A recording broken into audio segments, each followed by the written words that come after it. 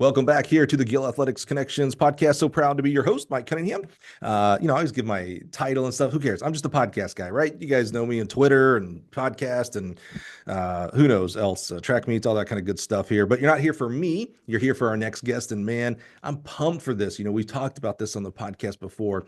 Some guests that I have here on the show, I've known forever. Like some you literally have had like people that are like family to me on the show, and those are a lot of fun, and I still learn new things about those individuals. And then others, I get someone on that I don't know, maybe I've met cursory, at a meet or something like that.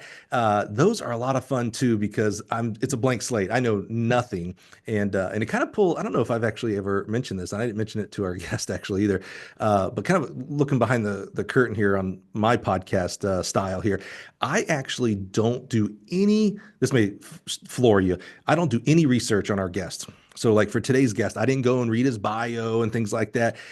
It allows me to stay curious about our guest and, why do you do that? Why'd you go here? What happened there? Instead of knowing like, kind of a cursory history. So I know nothing about today's guest, and that absolutely excites me. I'm super pumped. So help me welcome from the U.S. Military Academy, the Black Knights, baby. I'm sure Army Navy is going to come up somehow, because I think that's just like ingrained. Yep. No matter what, you just automatically know what side to be on there. So help me welcome the wise, the wonderful Mr. Brian Woodbury. Brian, how are you, sir? Mike, doing very well. Thank you for having me. Are you, I told you, well, you just heard what I said, and I didn't tell you before we hit record. I do no research at all. Are you a military guy? Like, I know you're at Army now. Were you, Yeah. your family, like, is there a connection there or? Yeah, so I personally never served, but my grandfather was a master gunnery sergeant in the Marines, so I do come from a military family. And Okay. then obviously being offered the opportunity to work at Army West Point was more of my, I guess call it my way to serve, because I never formally enlisted growing up. Yeah, cool. Well, we're going to definitely explore it. I'm fascinated. I'm fascinated with Academy people. So Air Force Academy, Naval Academy, USMA here with Army, even our Coast Guard. Because, I coached for 10 years before I came to this side, Mississippi State, Ball State, and those kids super hardworking, Yeah. academics, athletics, social life, things like that. A military academy kid, I'm just like, Yeah. holy dude, like, Yeah, it's a different world. yeah, like of course you got high academics, athletically, like this ain't like the participation trophy place. This is like you have real stinking athletes there. Oh, Yeah. and you have this like the other physical side of it, and I know we'll talk because I know enough to be scary about the PT side of it and how Yeah. athletes get into that, but there's still just military history and being prepared, and then you go into the military. I mean, it's just like I just got, like bow down, like, oh, thank God, because I couldn't do that. So the 18 to Yeah. 20-year-olds you work with, man, I'm just like, oh, bro, thank you, because I could never. Yeah, and it's really interesting seeing it from this side too, because everything that I thought is it's way more than I could have ever anticipated as far Yeah, as like what their expectations are from a military perspective, academic perspective, obviously athletically. And by the time right. you add all that together, it's a lot to take in for sure. So these are some Yeah. really, really special kids that decide to come here, and it's an honor to work with them. That's cool. Well, we'll talk because there's, obviously a lot of questions when you think about like recruiting and coaching and time commitments Yeah. that are different at Army than at some of the other spots you've been to. So we'll talk about that when we get there. Why don't we get in our Wayback Machine here, and let's start with you. That's what we're here for. Let's talk about, where does track start for you? Assuming, we talked about this. There are billions of ways to get to where we are today. So I Yeah. don't even assume you were an athlete. You look athletic. Yeah, it Uh, was. Yeah. where does track start for you? So I guess a pretty long time ago. So back in high school is when I started throwing, but like I suppose most throwers or even track and field athletes, it tends not to be your primary sport. So for me, I was a football player and I Mhm. actually went to college to play football for 2 years before transferring to do track. So I had kind of an interesting broken athletic career that way, where I was in two different sports.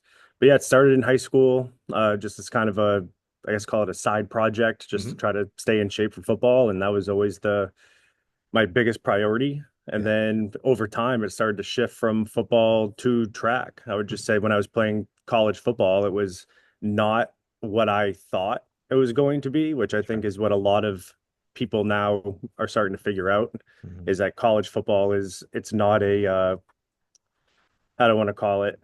An environment that you would necessarily want to put yourself in 365 days a year Sure. and try to feel like you're going to be able to be successful in other aspects of your life. Right. So from there, I just decided I joined a club track team at that previous college, and I ended up doing pretty well for myself and just decided, screw it, I'm going to transfer. And I transferred back home to the University of Maine, and Wow. that's where I finished up my athletic career. Okay, so let's stay in high school. But remember, we got a whole 2 hours to fill here, so we Oh, can't be yeah, jumping all the there's a way into.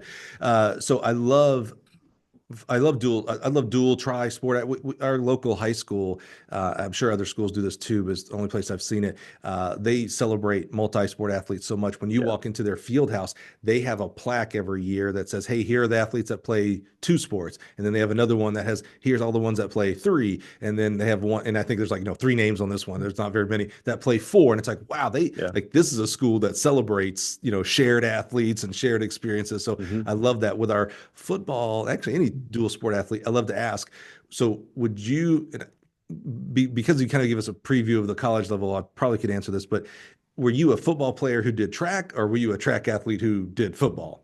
Yeah, I was a football player that Yeah, grew yeah. for fun. Yeah, Yeah, yeah. Got it. that's pretty much what it was. Yeah. Yeah, makes sense. And so, and you mentioned you grew up in Maine. I did. I grew Uh, up in Southern Maine. so I have to assume your track season is like 30 days. I mean, it just has to be cold all the Uh, time. Pretty much feels like that. Yeah. And of course it introduces a pretty high level of adversity pretty fast. So yeah, especially in high school, because I mean I remember we would throw in, I don't know, basketball courts, the hurdlers and sprinters are running down hallways. Like Right. it was just one of those things where you just did what you had to do. Mhm. And thankfully, I mean, Scarborough High School, which is where I went, has had a very storied track and field program since, I mean, 2009 when I graduated, we won our first Class A state championship my senior year. And since then, and Coach Vay will have to forgive me, I don't remember how many state championships he has won since then, but it is well over double digits. Wow, that's a And good thing they've to been on have a a crazy run since 2009. that's a cool thing to not have a good memory about. Like, oh, I don't even know how many it was, right? Like, that's really Yeah, cool. I think I've Wow. actually joked with him about that before. Is I don't even remember the years that he's won because it seems like it's virtually every single year. So talk to us about that buildup. You said the first one was your senior year. Did you Yeah, start throwing as a freshman? I threw as a freshman, and then I played like lacrosse, and I did wrestling, and I did a couple other things in there, and Wow. then I really started to focus on just football and track my junior and senior year. So what was because now you have perspective, right? When you're in the muck Yeah. of it as a 16, 17, 18-year-old kid, it's kind of hard to really be thinking about it. But now as an adult, you can look back at it. What was the difference between, say, what was the buildup, maybe is the right way to ask this, from freshman to senior that you guys went from? I don't know, you might have been second place for your freshman, sophomore, junior year, for all I know, but you won it the senior year. So there had to be a Yeah. build up to that. When you look back at that, what was the difference? Why not freshman year, but yes, senior year, you guys won a team title? Well, I mean, I guess it's hard to say. I don't remember that far back in a lot of ways, but There's a lot of people right now that are saying, "Wait, he said he graduated in '09. That's not that long ago, bro." I oh, it I, I feels got to like it. I'm Gill in 34 '06. now, I so got to Gill in '06. So I've been at Gill longer than you have been. You yeah. were you were a freshman for crying out. Yeah, I mean, I don't remember much about like early high school, but I Sure. do remember our senior year, pretty much our captains, I specifically remember came together and we were just talking about like we actually really have a shot at winning this thing if we do everything right and execute and all that kind of stuff. And it thankfully all worked out Did exactly you how we kind of wanted it to. so did junior year, did you guys get like third or fourth? Like, was it a build up like that, or it was like, yeah, we never had a shot, but then senior year was like, man, we could do this. I honestly don't even remember. Yeah, that's I don't fair. remember what happened junior year, but I remember going into our senior year, just all the pieces seemed to be in place. We had like high caliber athletes in every single event group. We had a strong group of captains, and yeah, just all worked out. Yeah, that's really cool. Winning is special. Winning's hard. Sometimes, Winning is especially in hard. track, we forget because every meet we go to, there's 22 or whatever events on the men and women. There's always a winner, and we forget that Yeah. winning is hard. Whether it's in Maine, California, it don't matter. Winning is hard. Hmm. So anytime someone tells me they want to, whether it's an individual title or a team title, that's a big deal, bro. That's really Yeah. cool. Yeah, winning is definitely hard, especially when you have a lot of other competitors that want it just as bad as you I, do. that's exactly right. It's not like everybody says, you know what, let's just let Brian win, his team Right. win this year. No, everybody's trying to No, knock. that is certainly not the case. Yeah. Exactly, exactly. Now, speaking of memory, what I don't remember is so last year I set off on a project. I interviewed a high school coach from every state about their outdoor state meet, like how to qualify, what events, and things like that, and was just blown away by how different every state was, by the way. Yeah. I don't remember in Maine. I know we obviously had shot and discus because every state had that. Did we have the javelin at Maine as We well? do have javelin in Maine. Did Yeah. did you do javelin or just shot and I discus? didn't. I just Yeah. did shot put, and I was just a kid in high school. I could bench 315 or whatever. So throwing and shot came easy to me. Sure. Discus was really hard. I actually didn't throw discus until my junior year of college. Really? So when I tell you like throwing was a low priority, it definitely Right. was when I was in high school. It was all football all the time. Because I would assume, and we know what that does, right? I would assume a high percentage, like 99, 98% of all kids in high school who throw both. Like if you throw the shot, of course you throw Yeah. this. You may not be as good at one or the other, obviously, but you definitely throw both. You didn't even really throw the discus. No, I think I did nothing but stand throws with it just to try to score points for the team, and that was about it. Wow, interesting. Very cool. What was you already kind of alluded that you kind of even still talk to coach. What was your relationship with coach in high school? Well, I was really thankful. I mean, Coach Derek Vayu, who's the head coach at Scarborough and still is, and has been there since, I don't know, probably the early 2000s at this point.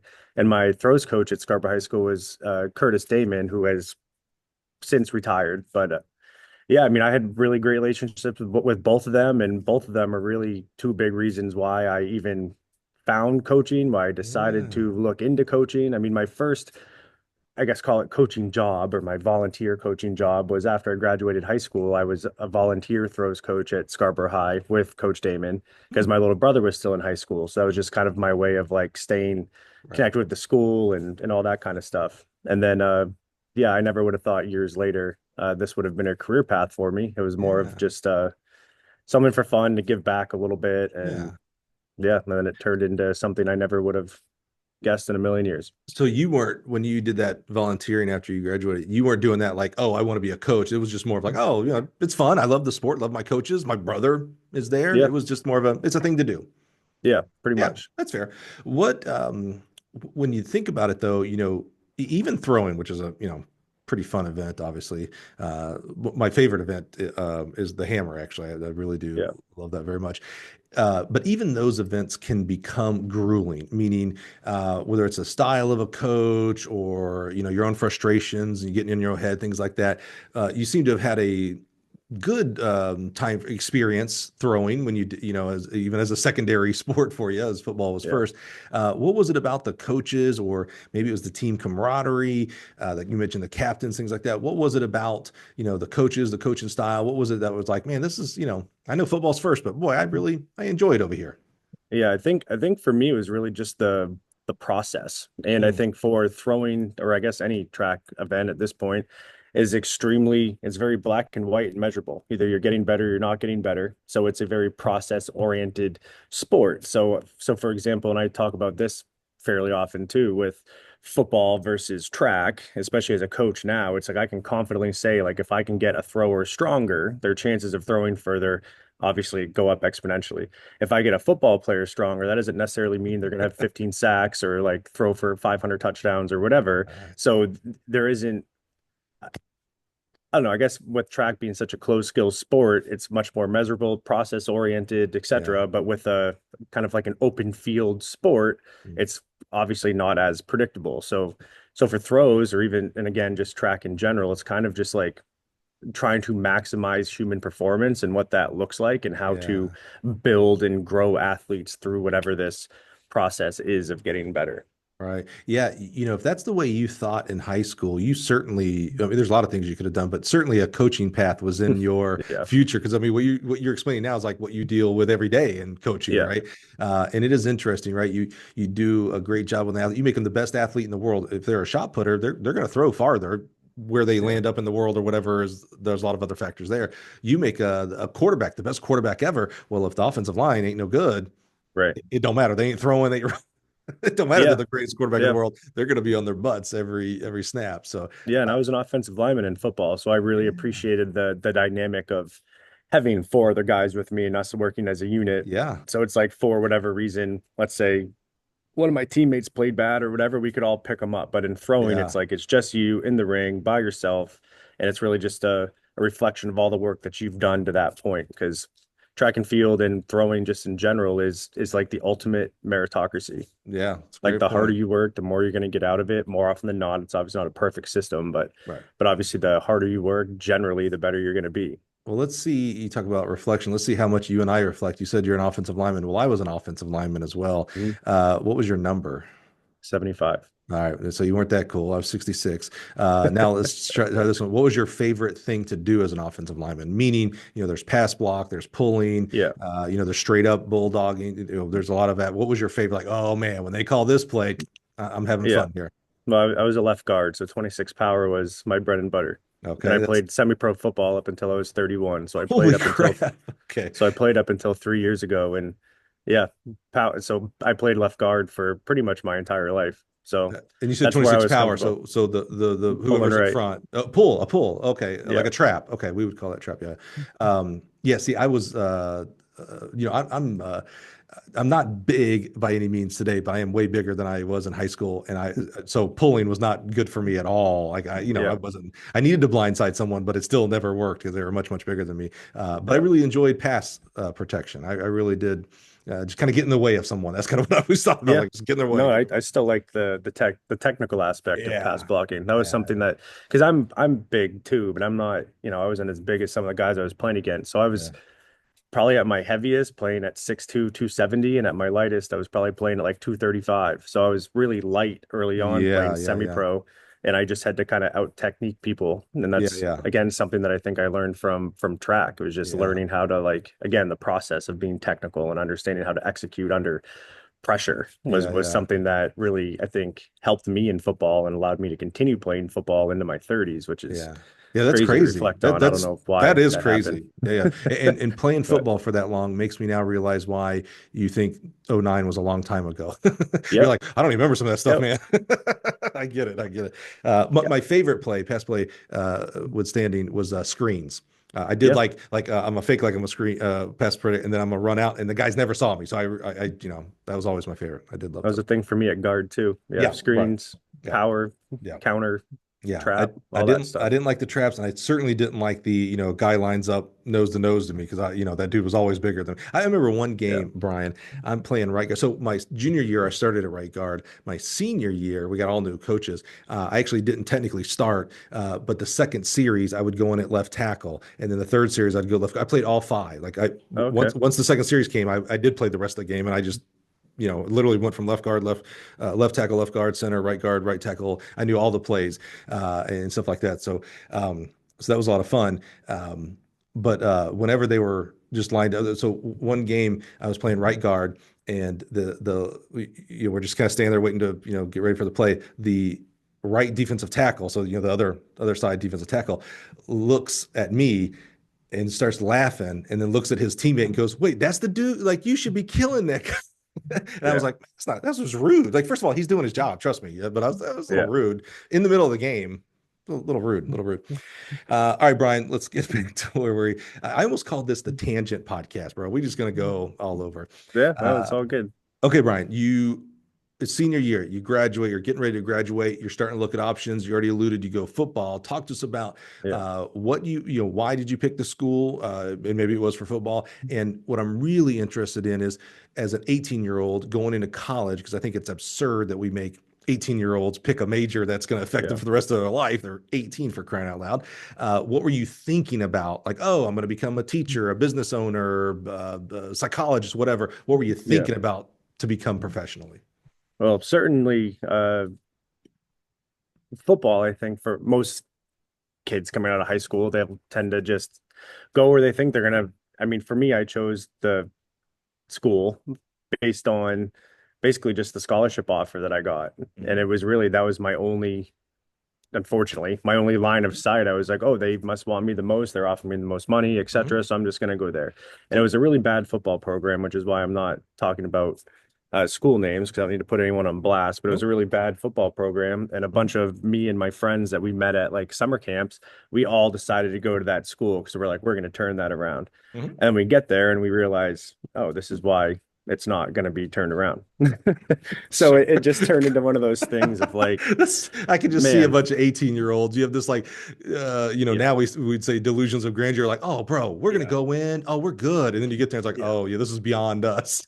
Yep, and you learn real fast kind of what wins, what loses, what good culture looks like. I mean, Yeah, yeah, yeah. as bad as that kind of experience was, I definitely learned a lot from it around like I think I've learned my best lessons in leadership through the lack of leadership.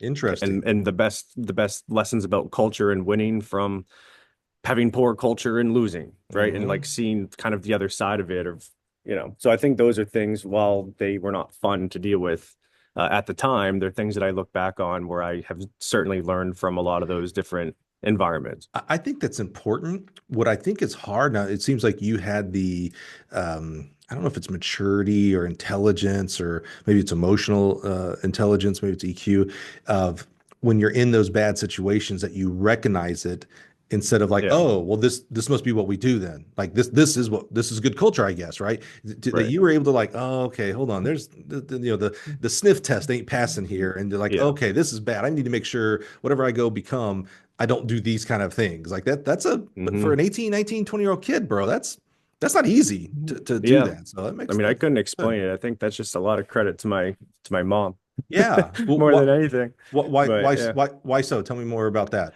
I don't know. I've always just had such a, I guess call it an admiration for my mom and who she is. I've always thought that she was like a great leader. She tends to look right through a lot of I guess call it fog, and she tends to find the truth real fast. And I think that she's just always been someone that I've tried to, I guess, emulate myself after, and watching her grow through her career and some of the things that she's been through. I Yeah. I don't know, I just kind of absorbed some of those skills over time where Yeah. I got to the point where I could, I don't know, like I could instantly tell between what right and wrong, like what, was real, what wasn't real. Yeah. I just started to be able to see through a lot of the, I guess call it the facade of people, of Yeah. environments, of, I don't know, anything along those lines. So I was just able to read a room real fast. Shout out to mom. Do you mind me asking what Yeah. did mom do, like career So she wise? still works. So she has worked for Anthem. So she's worked in health insurance for virtually her entire career. And Oh, she's been at bro. one company for, sorry, mom, I don't know, almost 50 years probably. Wow. Yeah. Hey, So that's she's that built it. says a lot, right? I mean, to especially in corporate world, to survive that long Yep. at one company, that's its own skill set that Yep. not many people have patient. Like I could just see your mom be like, "Oh, patient." Not only being able to like you talk about read the room and see through the fog, but understand then how to respond that way. You don't just like, "Hey, you're Yeah. yes, right?" You Yeah. gotta, I hate to say the political side, but there's a way to No, do there is. The not the do political things. savvy piece is a big part of it. And that's Yeah. that's one thing that I am horrifically bad at, Okay. is playing politics with Okay. with Okay. decisions and stuff like that. All But right. that's one thing that she's always done a great job of Yeah. managing, and she's always been a great I guess call it mentor. Like if Yeah. I'm Yeah. going through Yeah. something, she usually has some really great insight on how to manage it. Yeah. Did I have a 14-year-old and a 10-year-old, and there's times when, especially my 14-year-old is the boy, he thinks I'm, God's gift to the earth. Like I'm dad. Yeah. I know everything, right? And then there are times where it's like, I'm a dumb as a rock to him, right? Did Yeah. you always have, I mean, your face lit up when you talked about mom. I love that. It's just so cool. Yeah. Did you always have that, or did you have to like learn like, oh man, those tough times, mom was right. Maybe I should have been Oh nicer. yeah. Well, I feel like that's a pretty normal transition. I I guess think when so. you're a younger teenager or whatever, you're like, oh, Yeah. she just doesn't understand. The Yeah. parents don't get it, whatever. And of course, then in hindsight, you're like, well, of course, she's batting 1,000. She's right about everything. Swinging a hot bat, never misses. Yeah. And then you start to realize, all right, well, maybe there's some value in listening here. So I love that, dude. That's really cool. Shout out to mom, man. I yeah. love that. I love that. When you picked the school, besides thinking you were just going to go in and just change everything and 180 the whole program, what were you thinking about for a major for education? So at the time, I was majored in criminal justice, and I Oh, had a minor in forensic science. So what I thought I was going to do with my career, as I thought I was going to go into law enforcement. I wanted to be a Maine State Trooper. I wanted to work in crime labs. I wanted to solve crimes and all that kind of stuff. Wow. I was pretty heavily influenced by like CSI and all those Okay. shows, I and was going to I ask. loved Yep. that. And I thought, like what a cool career that would be to be able to like help families or whatever, like help bring resolution to problems, that kind of Yeah. stuff. And that was always what I thought I was going to do. And then just over time, I just found other ways to help and give back and Right. have an impact and all that kind of stuff, Yeah. just in a different way. Yeah. Any family in law enforcement? Nope, Wow. no, So that was just just something that was always interesting to me. straight up CSI. Yep, that's literally what I wanted to do. I spent a couple days with the Maine State Police and did a bunch of shadowing, and Wow. I Did you really thought really? that's what I was going to do. And I think this is kind of interesting. What really changed my mind, I think. So I ended up transferring out of that school to the Mhm. University of Maine, and my education was in psychology and sociology. So I was still very much of like a crime law and deviance, abnormal psych, like all that kind of stuff, Right. and had my minor in legal studies. And when I was in school, I remember that's when the Boston Marathon bombing happened. And I Oh, remember yeah. thinking like, man, that cop was just sitting in his car and got, you know, murdered. So I was like, there's probably other ways I could help people without having to carry a weapon or wear a badge or, so it Yes. just kind of got me thinking into what I wanted to do. So then my focus really shifted. I started looking at grad schools for clinical mental health counseling. So I actually wanted to be a counselor, and that was going to Wow. be my way of kind of helping and giving back. And then I think that's kind of I guess the theme for my career and where it's kind of gotten me is I've always looked through the lens of like, if I feel like I'm helping people, I'm kind of fulfilling my purpose. And whatever that looked like, it didn't really matter. So it's like I was going to go for clinical mental health counseling, but that didn't end up happening because obviously school is expensive. And I decided, maybe I should start working first. I went to an orientation and noticed I was the youngest person there by probably 15 years. So I was like, all right, maybe I'm doing something wrong. Maybe I should just work first, see if I can have an employer pay for it, whatever. And then from there, after graduating from the University of Maine, my first job was working at a summer camp, which was the same summer camp I went to when I was in middle school. And then that's really where I think my life really started to change as I started building relationships with all these kids and then their families. And then they wanted me to coach football. And then that was it. And then like my whole coaching kind of path started. And that's all I really wanted to do. But in the You, meantime, while I was volunteer coaching, I got my first like job at Apple. So I started working Apple retail and I worked for Apple okay. for 7 years. Wow. Okay. So much to unpack there because you Yeah, said it's a lot. something. No, no, you said something really like it's at the heart of my heart. You said it, and I lost it at the end. So fill me in. If I feel like I'm helping people, I feel like, and you said something like I'm Fulfilling my purpose. there it is. I'm fulfilling. I wanted to make sure I got that. My purpose.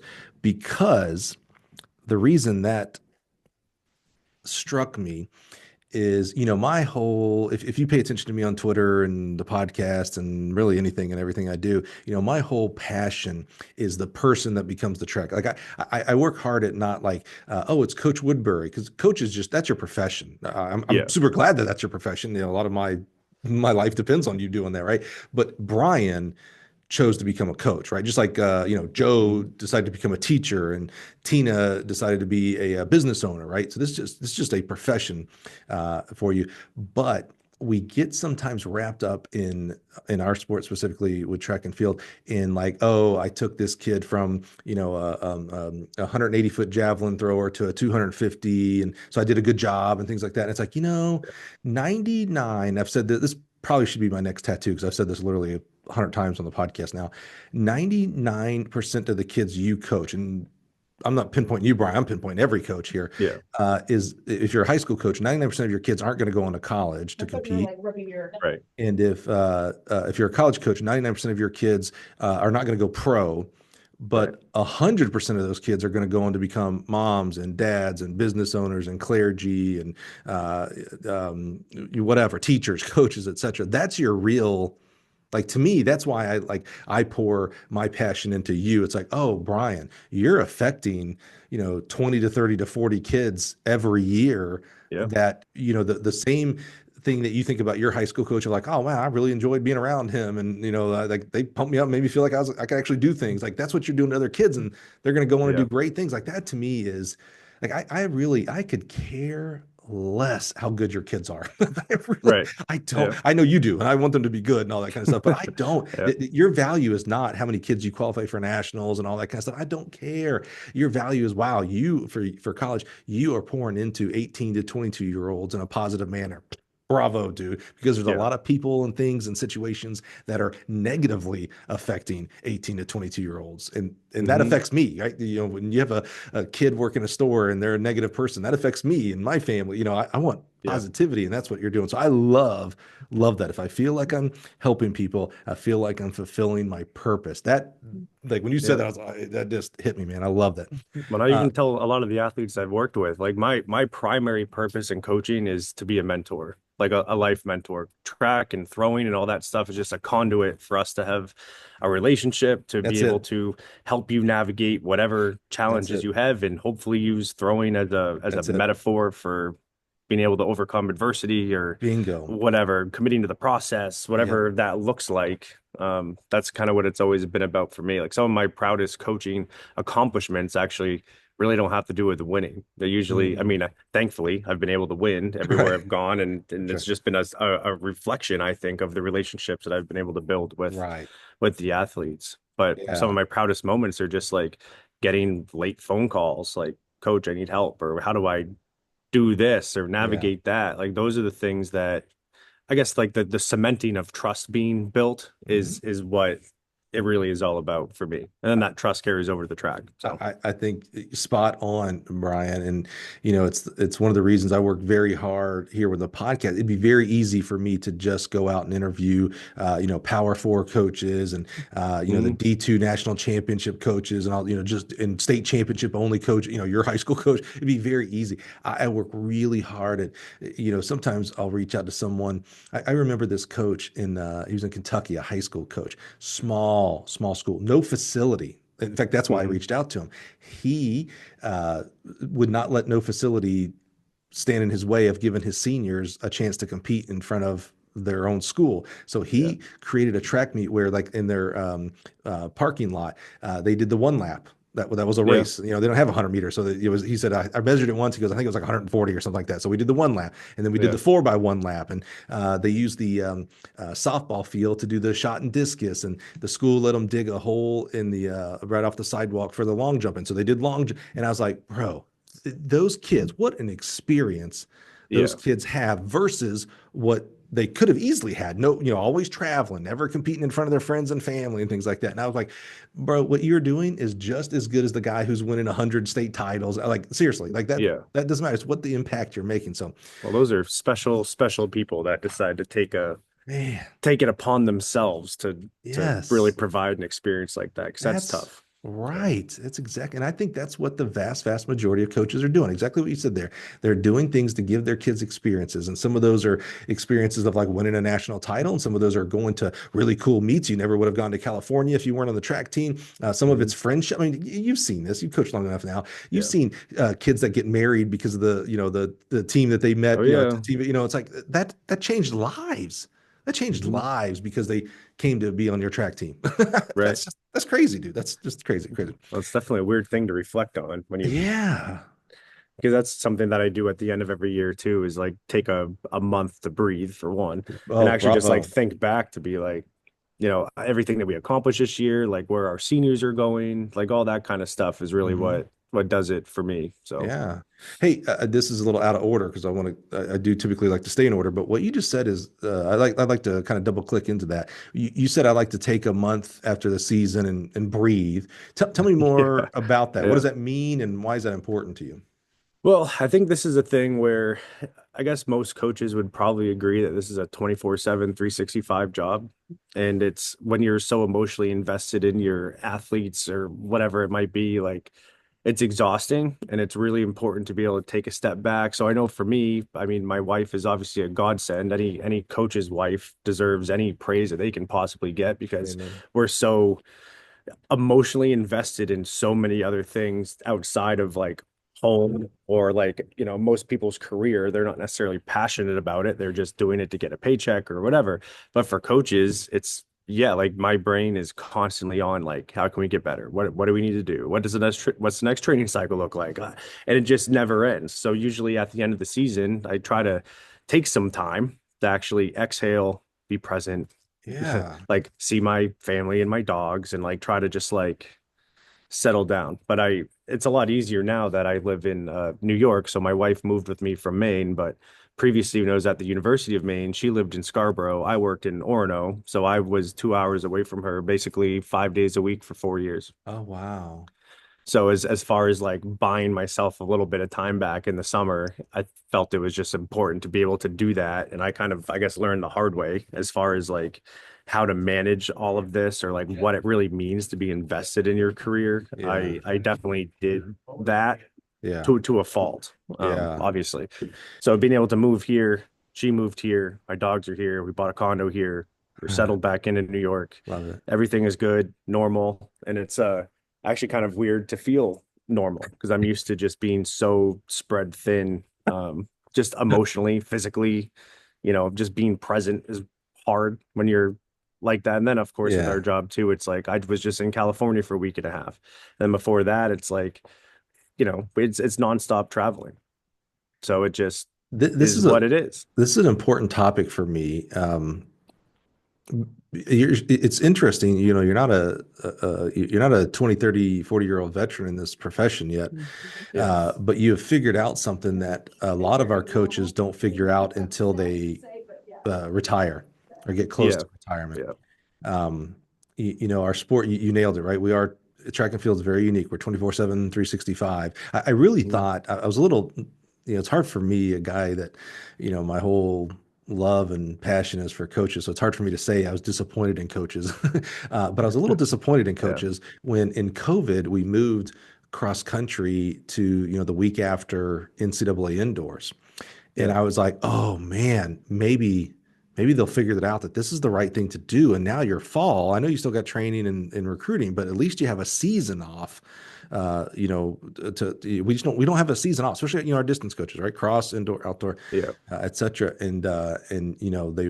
I'm gonna say this probably the maybe a little bit rude, crass way. I'm sure someone's gonna clip this on social, but they weren't smart enough to keep it there. They moved it back to the Yeah. fall, and I was like, guys, we had a chance to have a true off season here, Yeah. and we didn't. So, so when I'm interested, Brian, that you're a young guy in this profession, you learned this early, so maybe to help others who I love that this is extremely healthy, bro. Like I would love all of our people to do this in some fashion. How did you come to this? Like this isn't a natural thing, especially as a young, all the stereotypes, right? You want to prove myself and all these kind of things. I'm going to work Yeah. 25 hours a day, that kind of stuff. How did Yeah. you come to this conclusion of like, oh, my family's important. Yeah. I need to, almost pay them back for all the other 11 months for crying out Well, that's probably, I think you actually kind of nailed it. I think there's an element of like, I guess I don't want to call it guilt, but there is an element of guilt when you decide to somewhat selfishly throw yourself into whatever it is your career is going to be. And then you start to realize the sacrifices that everyone else is making around you for you loud. to pursue your passions. And I think that was just something that I somewhat struggled with, where I felt like, like, sure, could my wife have moved up to Orono? Yes, but like, why? Like, her career is in Southern Maine. I don't need her to sacrifice her career so I can do that. So I just kind of took it upon myself. I'm like, I'm going to make it work. And then you blink and 4 years goes by and you're like, wow, we're still doing this. But yeah, I think it was primarily just kind of that and being able to, when the season ended, it's like, okay, I need to reset because you'll get stuck in this cycle of like, and obviously the first name that comes to mind is obviously Nick Saban. He's obviously an unbelievable coach, and he would talk about like, cool, won the national championship on the road recruiting the next day. And it's Mhm. like, yes, I get that. However, like I feel like I would be doing a disservice to the people around me. And then at a certain point, you start to become like a hypocrite, right? Like you're telling your athletes exactly like what they should be doing, and you're not following your own advice. So I think it was just important for me to just reflect on that and be able to have like a hard end to a season, regroup, build the next season out, which is going to be another 9 months, right? So it just allowed me to have like kind of a clean break, reset, recalibrate kind of everything that's going on and be able to kind of begin the next journey. Because every year is quite literally it's its own entity. Like it's very hard to get things to roll from one season to the next. Yeah. So it really is a kind of a fresh start every fall. So If you're listening right now, this conversation right now is one of, and we've had it a couple of times here. This is one of the I believe that one of the most important topics that we need to be talking about amongst coaching circles. When I go to the USTFCA convention, I should see groups huddled around of like, hey, how do we do this profession differently than the 24/7, 365 grind? We all know it's passion. I know that. I get that.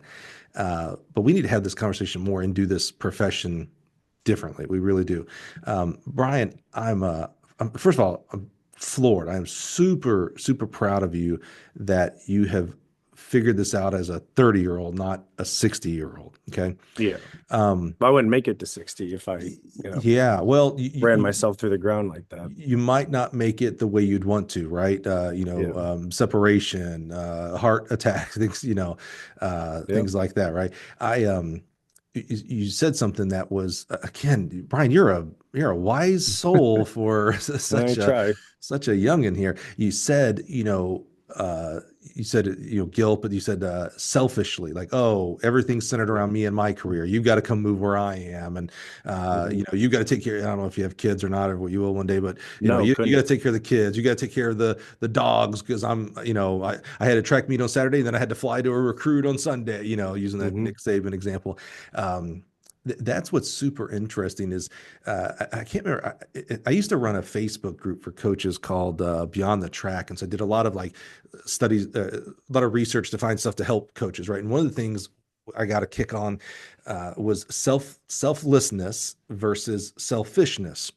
Mm. And we typically think it's almost like almost like a go no go. It's like, oh, like you should be 100% selfless, right? Like that Right. sounds like the right thing to be because 100% selfish sounds like the wrong thing to be, right? Right. And in reality, it should be like 51%. It's like 51% Yeah. selfless, 49% selfish because, and you nailed this, Brian.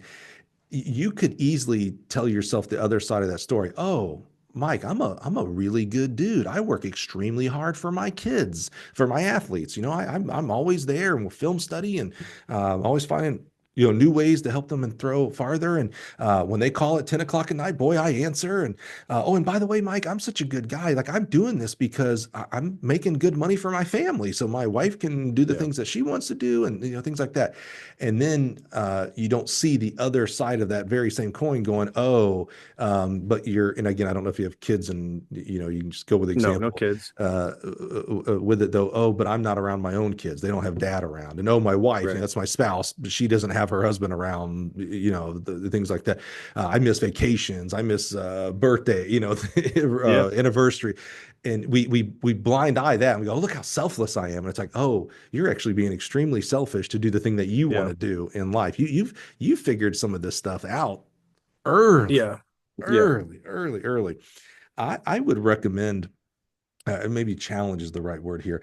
Um, Tell that story, bro. You and I talked a Yeah. little bit about the new project we're working on here now with the Gil 1918 track series, track podcast series, kind of the TED Talks of track podcasts and stuff.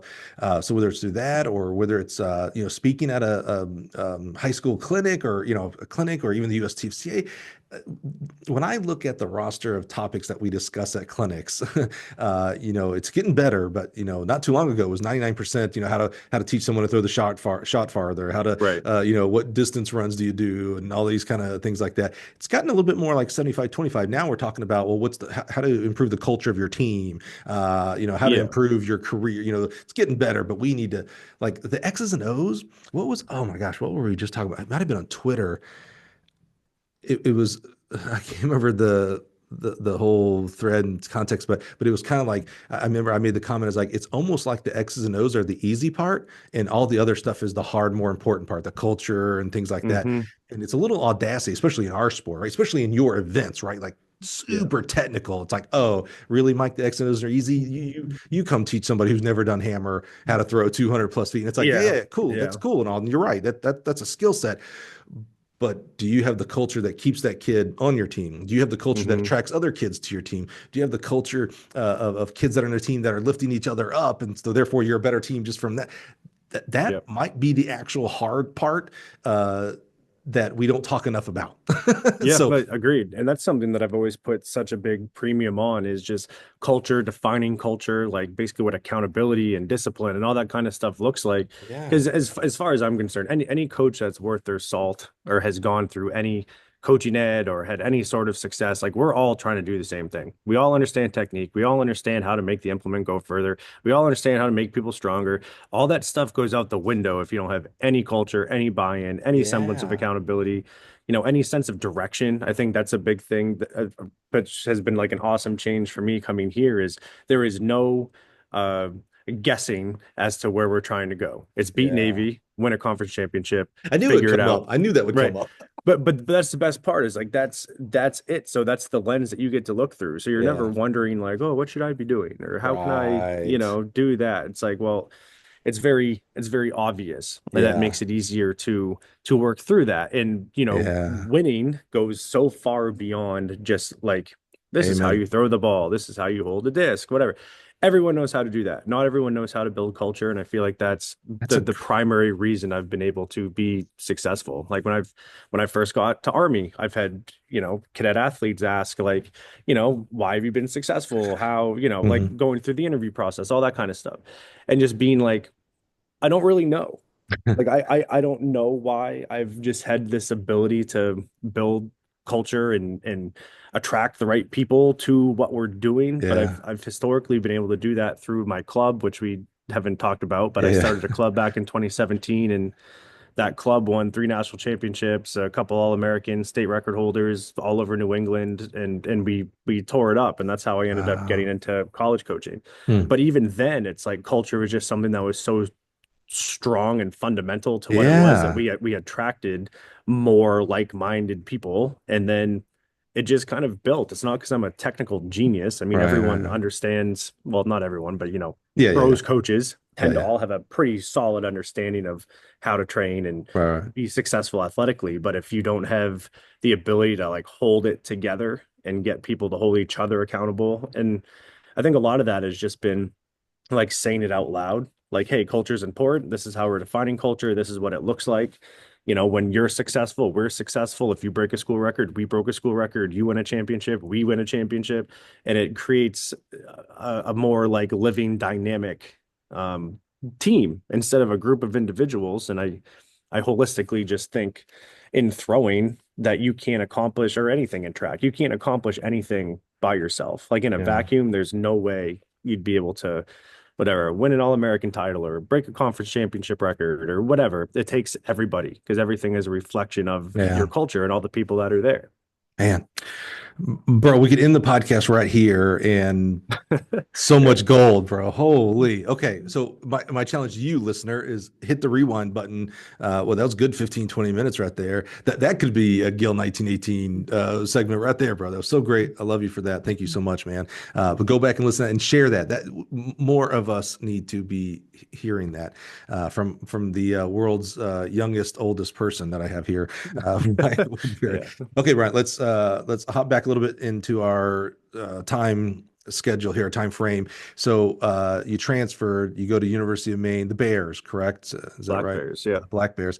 Yeah, building a beautiful facility right now, by the way. They're doing a great job up there.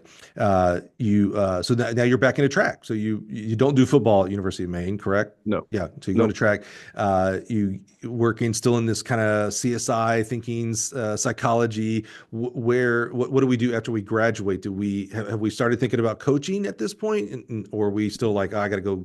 I hate to say a real job, but you know what I'm saying? Well, yeah, I think when I was an athlete at Maine, what I found more fulfilling than my own like success or like me PRing was always more about helping my teammates get better, whatever that looked like. Hmm.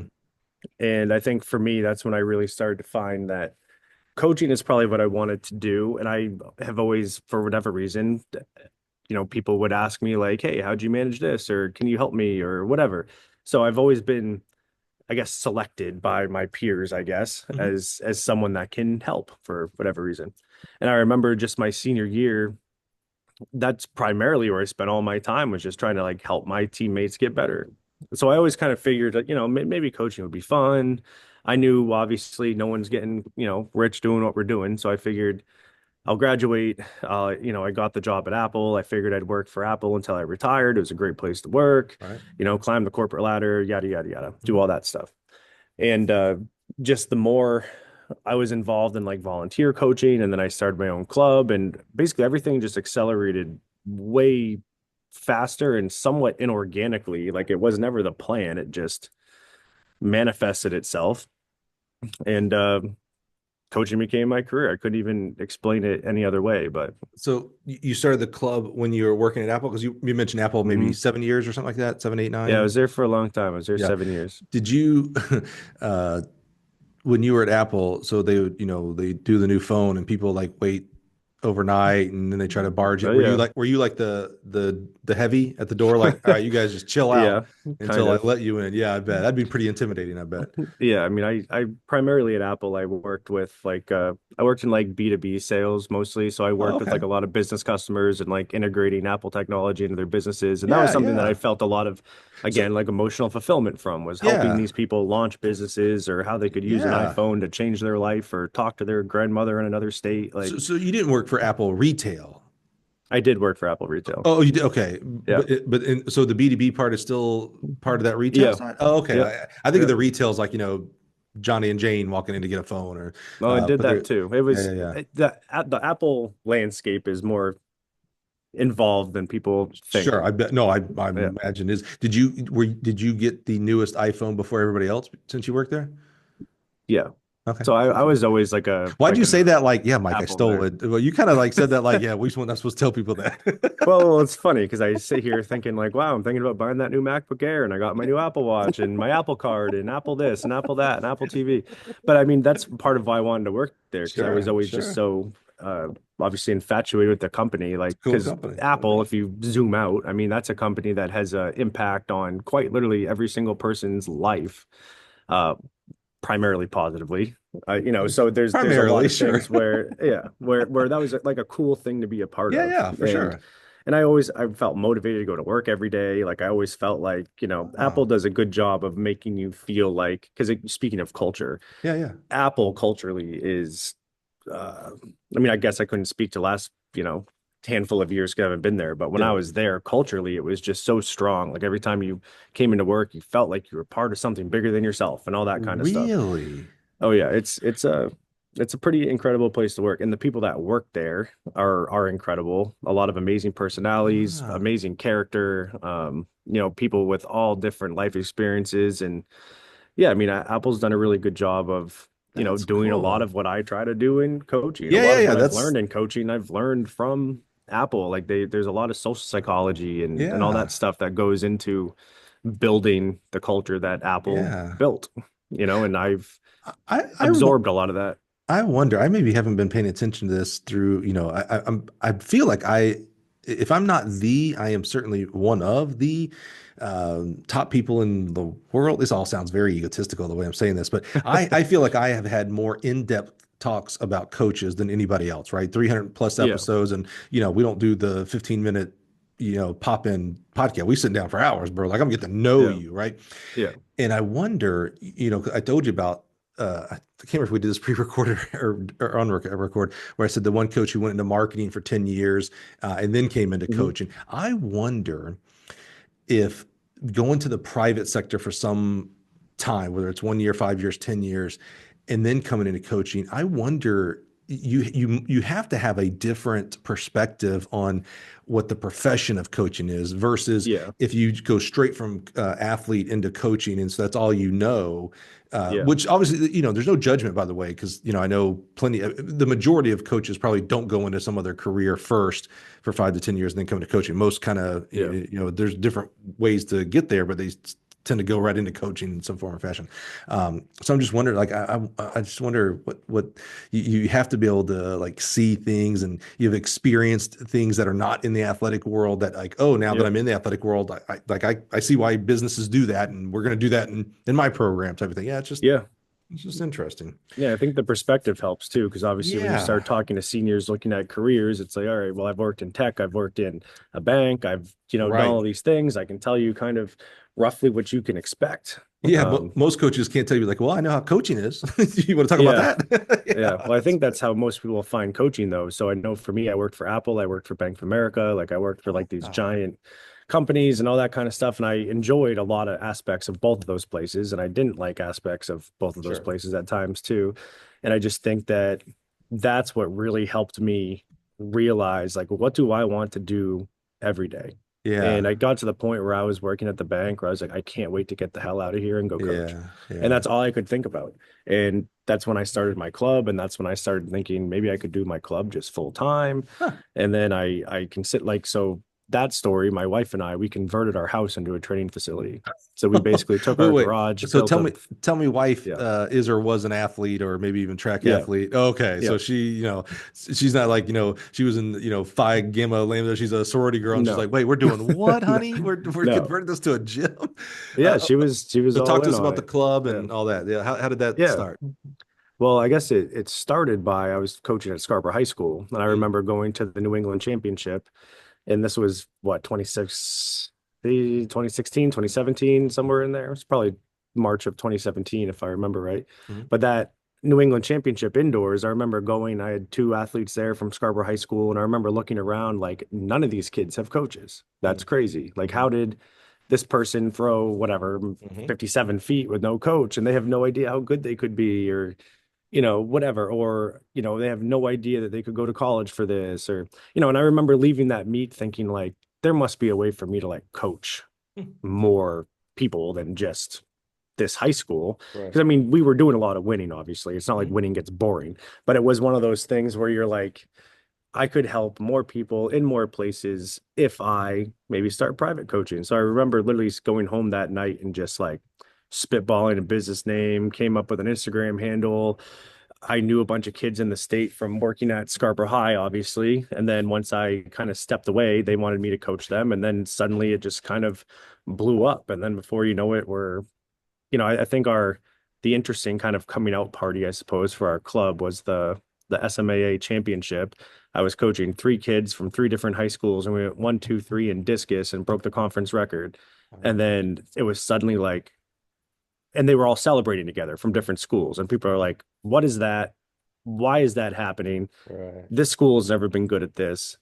So it suddenly gained a lot of, well, both positive and negative, I guess, attention from certain coaches and schools that were Sure. suddenly like, oh no, the playing field is now leveled. It was just one of those things where, yeah, it just got big fast because we had all that success. And then parents were like, hey, how do I get in on that? And then Yeah. my wife and I were like, well, maybe we could do something with this. And we converted our garage into a full-blown gym, all Rogue equipment, top of the line, Yeah. Yeah. beautiful, poured concrete in our backyard, built a throwing cage in our backyard, and just went for it. And then 3 national championships and 4 state records later, in But 2020, my college coach at the University of Maine retired primarily because of COVID, and he wanted me to take the job. So then a bunch of things happened. And, originally I didn't think I was going to be able to take it because obviously we don't make a ton of money coaching. And I was going to take basically a 50% pay cut over what I was doing at Bank of America. yeah. But I just couldn't, I don't know. I just couldn't do it anymore. I was like, I just Yeah. want to do something that I'm passionate about. It's not about the money anymore. At that point, we Yeah. already had our house, like our life was somewhat stable financially. So I was like, screw it. I just took a leap of faith. I think I had like 2 weeks to figure it out. I lived on couches for 2 months. I was showering at the rec center. Like I did everything necessary to basically help in that transition. I bought a condo in Orono and yeah, I made it all work. And then I basically had to do the same thing all over again when I took the job at Army West Point. I lived with Coach Smith for about a month on post, and then I lived in a hotel for a month while trying to get my wife down here. And Yeah, there's more to this career than people realize. I know I don't interview people who work at banks and I don't Yeah. interview, artists and things like that. So maybe I'm just naive. It's quite possible. But I have a hard time thinking the story that you just told us there, that the reverse is true, meaning like, oh man, I wanted to work for B of A, but I was going to take a 50% pay cut. But I just took the leap of faith because I really want to work in Yeah, banking. right. And Hmm. I slept in the car for a couple of weeks until we got the apartment. I just don't.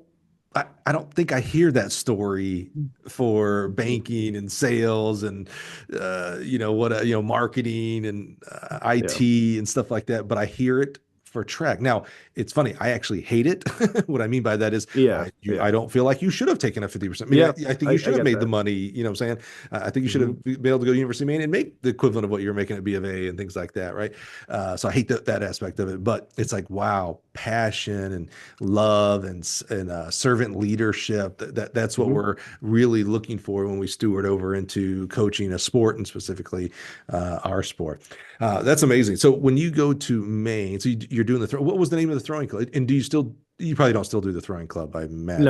I don't have it anymore. I mean, it's still Yeah. like alive in theory because Yeah. and that's one of the other cool things too, is it played such a big part of so many kids' lives that I'm Yeah. still close with to this day. Like, and Oh, they're all like 25 years old now, and like, yeah. so a lot of that stuff. So it was slingshot throws, Okay, that's and what I was that, wondering because I knew it had to have a cool name. I just knew it. yeah, Slingshot. That's a cool name. yeah, Yeah. Yeah. slingshot, and yeah, and that just kind of even after it kind of fizzled when I took over at Maine in Right. 2020, it was still like, people had stickers on their car and still wore hats Yeah. and t-shirts, and like it still had its own like living subculture in like our little throws community. So it Yeah. still like exists. Like I still, get questions about it from time to time, and That's cool. because I mean, in those 3 years from 2017 to 2020, those were the 3 years I was private coaching. We accomplished a lot in such a short window. Hmm.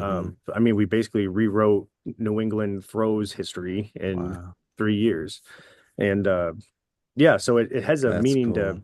certain people. I mean, obviously now no one knows it exists because time has moved past, Right, right, right, right. Yeah. but yeah, but That's that was cool. a cool little blip in time. Yeah, So you're still, you go to University of Maine, take over for your old coach, which that's kind of special. That's pretty cool. yeah. But your only experience was a club coaching was a club.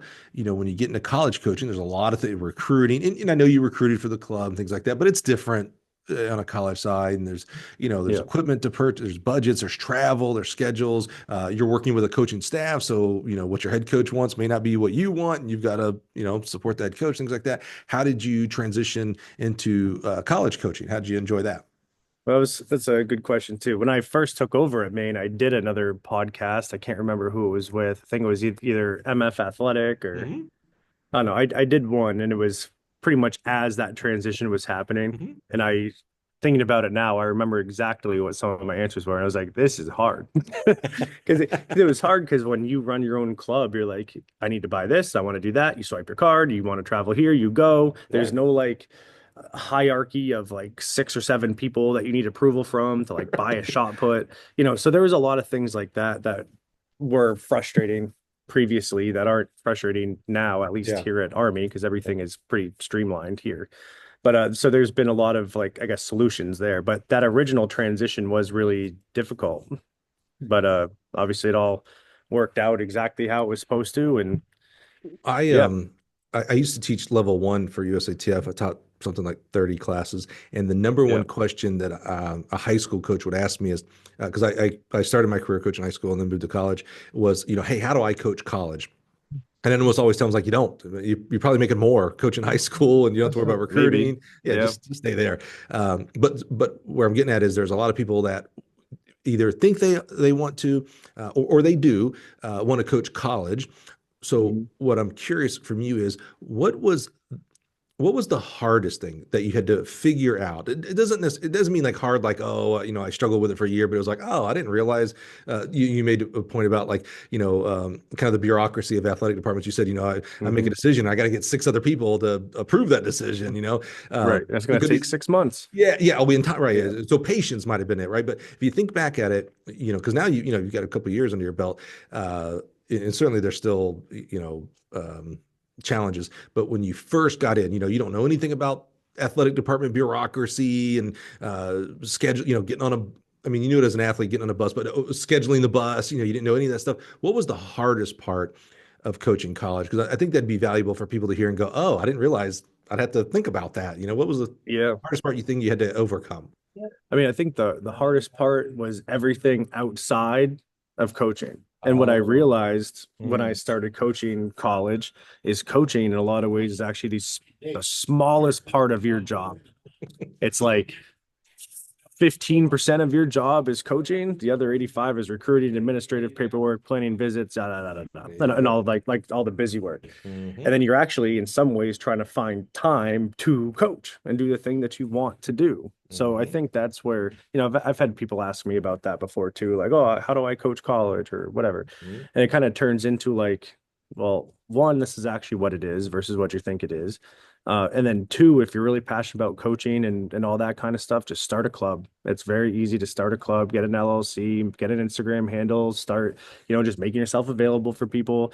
And I think that's where, if you really did want to get into college coaching, you can really, show your, I guess, call it chops by being able to build teams, recruit teams, develop teams, have success. Ultimately, I mean, you have to win, right? I mean, if I wasn't breaking state records and winning championships and all this other stuff, I mean, no one would even know who I was. They wouldn't care. So it's like there is a price of admission with like winning, and then everything else under that kind of falls into place. But it's like, yeah, if coaching college is something you want to do, I think that, I mean, I bootstrapped it. I did everything the opposite way where, I didn't get my master's degree until whatever it was, I think 2 years ago or something like that. And I didn't do my USATF certifications, my USTF CCA stuff, USA weightlifting, all those governing bodies, my CSCS, all that stuff. I didn't do that until like getting into college. I did organically built it from the ground up, just started coaching kids, learned through trial and error, et cetera, et cetera. So which was interesting. So I didn't do what most people are doing now. Like they graduate from school, they get their master's degree, they do all their professional development, and then like, Hmm. bang, I'm a coach now. Hmm. Hmm. And then what you also start to learn is there's not a single thing you can learn in a book that's really going to help you coach. Hmm. And I think that's kind of a weird eye opener for people sometimes because it's like, you know, I use like strength coaches as an example all the time. It's like you get your CSCS, you're a certified strength conditioning specialist, but you are still so far from being a coach because you just have a piece of paper, you have Hmm. your master's, you read a book, and you got a certification. Now it's like, cool, can you create culture, buy-in? Do your athletes even care what you have to say, right? Like there's little things like that that you just can't learn to do it from a book. So I did all the practical experience first and then all the education after. Yeah. And what I found after going through all the education is I just basically relearned what I was already doing. So it's just more, I don't know, proof, I guess, that what I was doing was the right thing. Yeah, the only thing I would caution on that, Brian, is I would say I agree with all what you said that it was the right way for you. And what I mean by that is, so huge proponent of coaching education, me, this guy. Yeah. And so, like when you said initially that you came off and you said, there's nothing you can learn in a book, and I was like, whoa, whoa, that's not right. That's not true at all. But maybe for you, because maybe you had some more skill set than others in regards to being curious. So, like when you were working on, becoming a coach and how do you coach this and that, and this kid versus that kid in the same event, things like that. Maybe talk to other people or tried things like, hey, I don't know, let's just try this. So you didn't just go, well, this is how it was done for me, so this is how we're going to do it. Those kind of coaches, which is the majority of coaches, by the way, in my experience, they need a level one, a USTFCA academy to go, oh, there's other ways of doing this. Like, Yeah. I still remember going to a clinic in Indiana when I first started coaching in high school up in Chicago. And, I knew I coached hurdles the way that my coach it's hard for me to even say he coached me here. It was terrible. I was terrible. No, I people gave him like no to talk, talent it's and he less, was it's not very less. good. Uh, Yeah. and then I coached high school for, half a season and then went to this clinic. And I remember Coach Goss, Marshall Goss, I'll never forget this, became a mentor, like a dad to me. He's doing talking about hurdles, how to coach hurdles. And it was like, a light. He was like, well, that makes way more sense. What in the world was I doing? Like that's how you should be doing. What the heck am I doing? Right. Mhm. Because I didn't have the curiosity or, the brain power to go, oh, you know what? If we're trying to accomplish this in the hurdles, then maybe the hurdle should go down during practice, those kind of things. You probably had those, and that way, and that allowed you to not necessarily need the coaching education. I think everybody does. But when you got there, you're like, oh, okay, cool. Yeah, good. I've been doing that. Cool, cool. Like, and some people need that, by the way, the confirmation of like, oh, okay, cool. Check. I've been doing that. That's awesome. So I love that that you had that experience. And I think that was the right experience for you. That's not the right experience for everyone. Now, the Right. reverse is true. There are people who are doing reverse of what you did that should be doing how you did it. They're in the Yeah. reverse. It's like, oh man, I feel like I need all this coaching education. I should go to all these things. And it's like, yeah, actually, you probably need to be in the field more to start and then Yeah. maybe do the Yeah. certificate. Yeah. Yeah. If you can find a way to blend both of them, that's probably Yeah. the ideal I think scenario. I think the lesson is just that it's individual. How you Mhm. learn is different than how this person learns and then this person, et cetera. That's what, and Mhm. it's hard. And maybe, maybe you're the anomaly here. Maybe it's harder to actually find your way into that way, the way you need to learn versus like, oh, I wasted all my time doing the CSCS thing when, that don't make me a coach. I should have been in the field doing it first and then learning maybe I picked up a nugget from the science part of it or something like that. So I think that's hard to find, what is working, what works for Yeah, you. but I was also really fortunate with like mentors and coaches and Yeah, just people absolutely. around me that I could learn from. So it was just a Absolutely. lot of practical, Hmm. application of what all this is and means. Yeah, So yeah, and I think that's and that's where I think you had the skill set to hear those people. So when you talk to those mentors and those other coaches, and they say, "Hey, what I do for shot putters is X, Y, Z," some people go, "Well, that's not how I was taught. I'd never do that. That guy's crazy." You had more of probably the curiosity of like, "Oh, okay, well, let's go try that. Let's see what might that probably works." still get a lot of that too. Yeah, absolutely. Absolutely. I love that. I love that. Okay. So how many years at Maine and we've already alluded you go here to West Point next. And Yep. why'd you leave? It's your alma mater for crying out loud. It is my alma mater. Yeah, and that's what made it really hard to even, I guess, consider leaving in the first place was just my emotional attachment to the university. But I think, I don't know. I mean, just to kind of like sum it up, I guess there's just kind of time for a new chapter in my life. I felt like everything was like bookended at Maine. Like I took over in 2020, built a program that eventually had, the first female thrower All-American in school history. And that just felt like, that there was no more forward momentum I could take that throws program to. Hmm. So it just became a scenario of like perfect place, perfect time, perfect networking, like just people, how this business is. And Mhm. people just started talking. And then before you know it, this job opened and then it happened really fast. And, I was certainly in no position to say no. And it just made a lot of sense to, I felt drawn to come to West Point. Yeah. It's obviously a really special place, and to be able to have a coaching job that transcends coaching, if that makes sense. Yeah. This is really to me like the pinnacle of coaching jobs because it is just it means so much more than just like throwing a ball far. Yeah, well, that's a good point. Quick housekeeping, real quick, Brian, because I know people are hearing and they're hearing people. Where are you? Are you in a cafeteria or? I am in Eisenhower Hall, which Oh, is okay. basically it's usually a pretty quiet area. Yeah. Just a group of 6 people just walking Yeah, through. That's all. all good. I just know when I'm thinking of the listener listening and hearing all this sound, like, well, what is that? And I just Yeah, wanted that little house. just Okay, some perfect. people walking by. Yeah, Cool, it's cool. hard to find a quiet place on post, believe it or Is not. that right? Yeah. Okay. Yeah, Yeah. I do kind of find that hard to believe. I don't know why. Yeah. Yeah. Okay. So every school is different and every school has its own challenges. Even the schools that you think have it all, right? Oh However, yeah. however you want to define that. Oregon, Florida, Arkansas. A&M, however you want to define it, they also have their own challenges that they have to get over. It could be, their admissions, et cetera. Ivy League has its own, right? There's an Hmm. academic component to it. The military academies have their own special uniquenesses to them as well.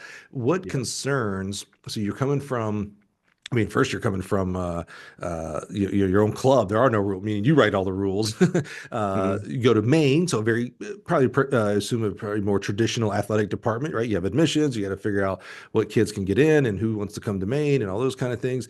Uh, you start looking at this West Point job and you're like, oh, okay, well, there's some, again, academically and the type of kid you got to recruit. What were your main concerns when you were looking at taking the job? I had none. Really? To be honest with you, I had no reason to like hesitate. I think a lot of it is just I think I'm someone that craves leadership, structure, and Mhm. organization. And I mean, That's pretty evident. Hmm. yeah, I mean, what place could possibly be better than the United States Military Academy to Good point. provide those Good three point. things, right? Yeah, great point. So I think that's something that I struggled with at a public school too, is just like when things don't make sense or like why is that happening? But here it's like everything is so streamlined, structured. There's leadership in place, there's vision in place, there's culture in place. There's so many things where it's Hmm. easier to just be part of it, if that makes sense. It's like Hmm. how everything is gonna flow and work. And I mean, I mean, my transition here has been nothing but streamless or seamless. Like, Hmm. I came in, I wanted to do some things in the weight room. I had full support to do the weight room. I needed implements, had full support to get implements. I have not run into any roadblocks. I've basically just been like fully trusted to do my job, to do whatever it takes to win and build a good throwing team. And I mean, and that's really been it. I haven't run into any real problems. That's not to say that that won't happen in the future, Yeah. but I think it really helps when the vision is just so transparent and clear. It's like, we want to win. Right. Cool. How are we going to win? Well, these are the steps I'd like to take. Okay. Right. Like there's no,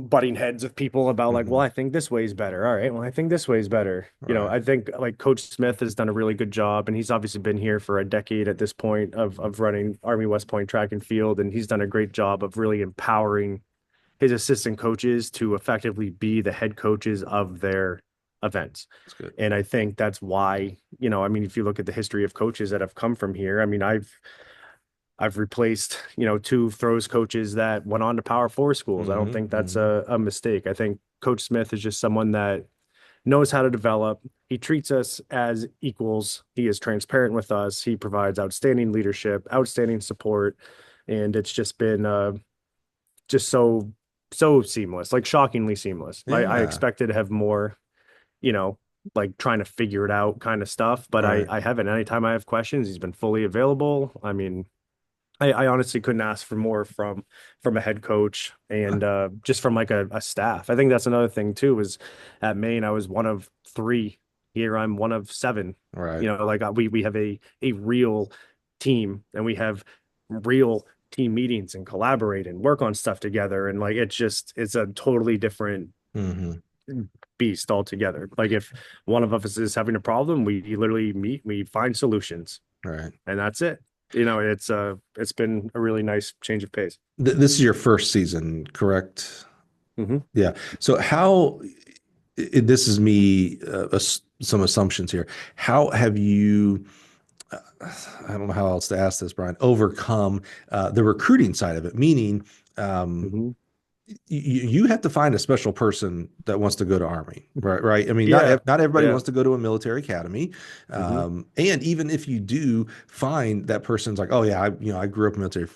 I don't want to give any prejudices. I want to go to military academy. Well, you used to have a lot Yeah. of competent. There's other great academies as Hmm. well, right? And you can't hate Yep. on them if they choose like Air Force over you. It's like, well, okay, well, Right. Right. wish you'd Right. have gone Right. here, Right. but you went to Air Force, right?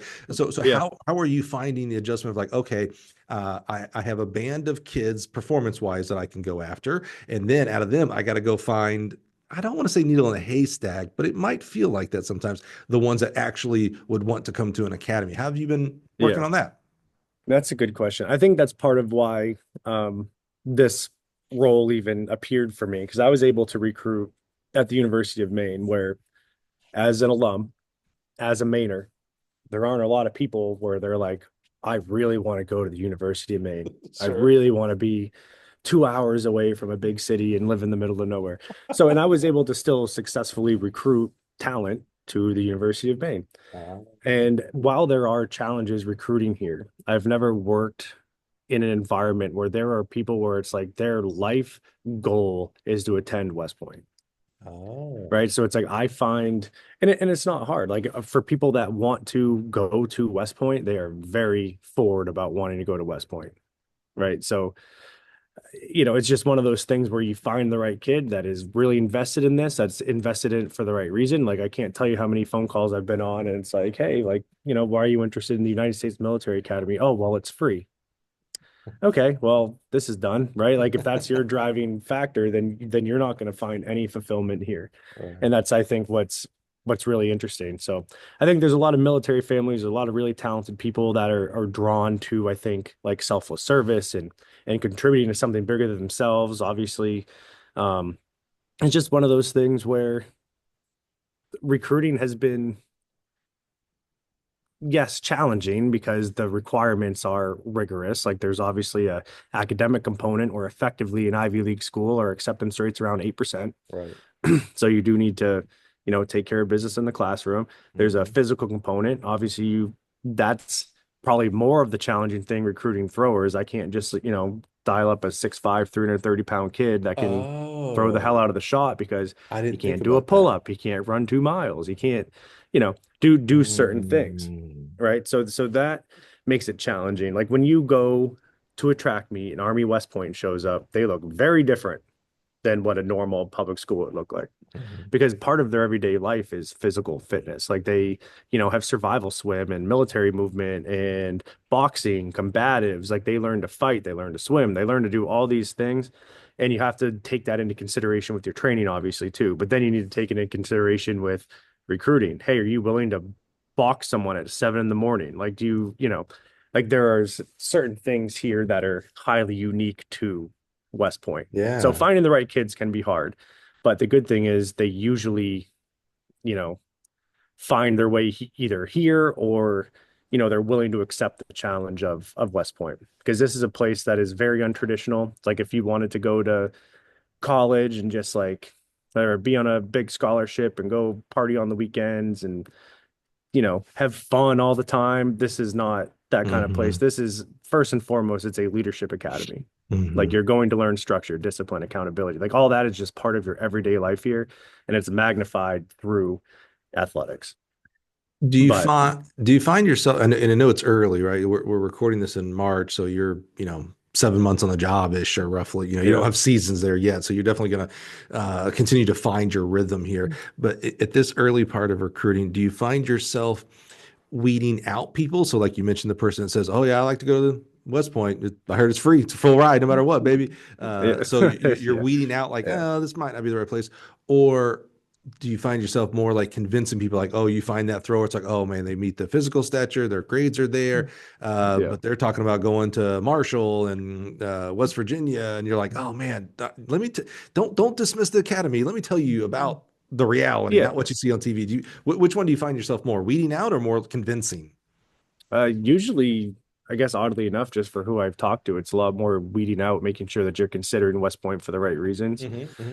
But I mean, there is, still an element of like, yes, not everyone grows up considering service. And I would say that, talking to a lot of our athletes here, a lot of them weren't considering Army either until someone reached out and talked to them about, the career path and the Hmm. benefits and what your salary looks like upon graduation and all the Right. opportunities all over the world that you're going to have. Hmm. So I think it's an interesting mix of both.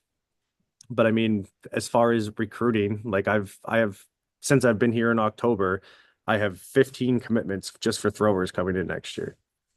Holy. I have 34 throwers right now. So that's the other thing that Coach Smith has really leaned into is the strength of in the history of our throws program. So it's like I Yeah. have, no real limitations. It's like I can have as many quality throwers as I want to have, and by bringing in 15, um, I mean, yeah, it's a big number. Yeah. But I think that just shows like the draw that the academy really does have for Yeah. the right people. I mean, if this is something you want to do, um, I can help people make this a reality. This is my naivety here, because you mentioned the 34 throwers alone, and there's a lot of discussion amongst NCAA and Division One about the roster limits and NLI and things like that. Do you not have any of that? We don't have NLI at the academy because What? they're all active duty military, so they can't take any NLIs, so that we don't have any problems with scholarships. Everyone's on a scholarship. You get Right, paid monthly by the Army. Like, right. so there is no room for a lot of the, I guess, call it the NCAA uh mess. Yeah, I guess is probably the easiest way to put it. everybody understands Yeah. what you mean when you said that. Yeah. Now, And that doesn't mean there aren't challenges. Obviously, when you have 34 throwers, I'm not taking 34 throwers to every meet every weekend. right, So it's one of those environments where it's like, again, we're a team and we yeah, celebrate our successes as a team. So it's like when, one of our throwers wins Patriot League field athlete of the meet, that's an us accomplishment. That's because of our culture and right, like we're all feeding into that. right. So, but that doesn't mean it's not hard. Like, yeah, it's kind of sucks when you have athletes that are better than other teams' athletes, but they're not Mhm. your best athletes. So you Right, can't take, my eighth discus thrower. Like, right. this, we have 7 women's discus throwers over 40 meters. Like, it's just like we have a ton of depth, and it's Yeah. just it's a unique scenario where I think it just leans into more the military stuff, though. Like, you have to be competitive. You have to work your way up. You need to do all those things in order to compete. So it's just more of a reflection of, the academy and the culture, and understanding kind of where you're at in that hierarchy. And it's like, and if you want to go to, let's say, San Diego for a week and a half on our spring break trip, well, then better be in a position to help us win. So you mentioned there's no NIL, and I guess inherently that does make sense. I'm not hearing roster caps, because Nope. what's the caps? 45. You got the 35 of just throwers. I don't think Yep. Just there's the no distance throwers. runners. Yeah, yeah. So no roster caps, and I think I know this. This is one of those maybe assumptions, but I think I know this. You can't/don't accept transfer. So like transfer portal is not a thing for you incoming, and It can maybe be yeah. if people are willing to, restart. So basically, everyone at the academy is the same experience. So your freshman slash plebe year, all the way through your senior slash first year, everyone has the same experience. So if you wanted to transfer in after 2 years at whatever university, you can, but you're going to start as a plebe and you're going to start over as a freshman. So you've done 2 years. Maybe you're high academic. You have to be high academic. You're going to go in high Hmm. academic. You start out as a freshman, so you got 4 years. You got to still get a degree to do. Hmm. You Wow. start at chapter one. Yeah. Chapter And chapter one. one is basic training. So it's like, yeah, it's And a different environment. and I have to assume, so that's transfer portal in, but okay, Yeah. but still probably minuscule It's athletically. it's small. I mean, usually what would end up happening is if you were between, let's say, Army and like X public school, and you go to X public school and you get slapped with a $30,000 bill, and suddenly you're like, maybe the Army was a good idea. You can transfer in, you start over as a freshman, and and here we are. So it's not uncommon. Like, there are people that will, I guess, call it get cold feet about the Army, and then they'll go somewhere else and they'll decide, you know what, maybe West Point was for me, and they'll Yeah, yeah. transfer in. Well, okay. So what Um, about the other side of the transfer portal? Again, because of I mean, the recruiting process, not just athletically, but for the school is pretty thorough, right? You're making a yeah, big. I know it's a big decision to go to University of Maine. I get that. This is a little bit different. yes. I imagine you have very little on the outgoing transfer portal side too. Very few people Yeah. actually after 1 year, 2 year, 3 year go, you know what? I'm going to transfer back to XYZ University. Yeah, and I think that's interesting too. I haven't heard of many. I know there's been a couple like football guys or whatever that have Right. transferred out, but it's so few and far between because the people that are here are not here to pursue NIL. They're here to pursue service and a career and whatever, love for their country and their family and their friends and whatever that means to them. Right? So there really isn't a draw to leave here Hmm. for something else unless this just wasn't for you in the first place. Right, right, right. And if that's true, you have up until your junior year to basically just walk away. Oh, really? So So, the real commitment starts the beginning of your cow year, which is your junior year. so freshman, sophomore, I go and it's like, man, I tried, coach. Hmm I just, and whatever, it doesn't actually matter. I'm a, I'm a little bit on the other side of the transfer portal side. I don't, when I coached, we didn't have the transfer portal. Kids still transferred, and Yeah, I don't have a care why a kid transfers. I also know I'm not in your seat, and I need that kid to win as well. And I get, right. so I get that. But a kids leave for whatever reason. They just want to go back home for their parents are sick. I don't Yeah, care. So yeah. after their sophomore year, they can just bounce. It's all good. And But they don't owe anything. what? Wow, man, I should have looked at an academy out of high school. That's what I'm saying. What? That's what I did too, What about after especially after June? being here now. Yeah. What about after junior year? Yeah, so going into your junior year, you have affirmation day. So that's when you actually make your commitment to serve your 5 years after graduation. Okay. So you have up until affirmation day to just bow out. What After happens after? Yeah, affirmation yeah, yeah, day, yeah, you yeah, yeah. don't have the opportunity to just bow out without, paying back your previous 2 years of education and food and housing and all that kind of stuff. So yes. Ooh.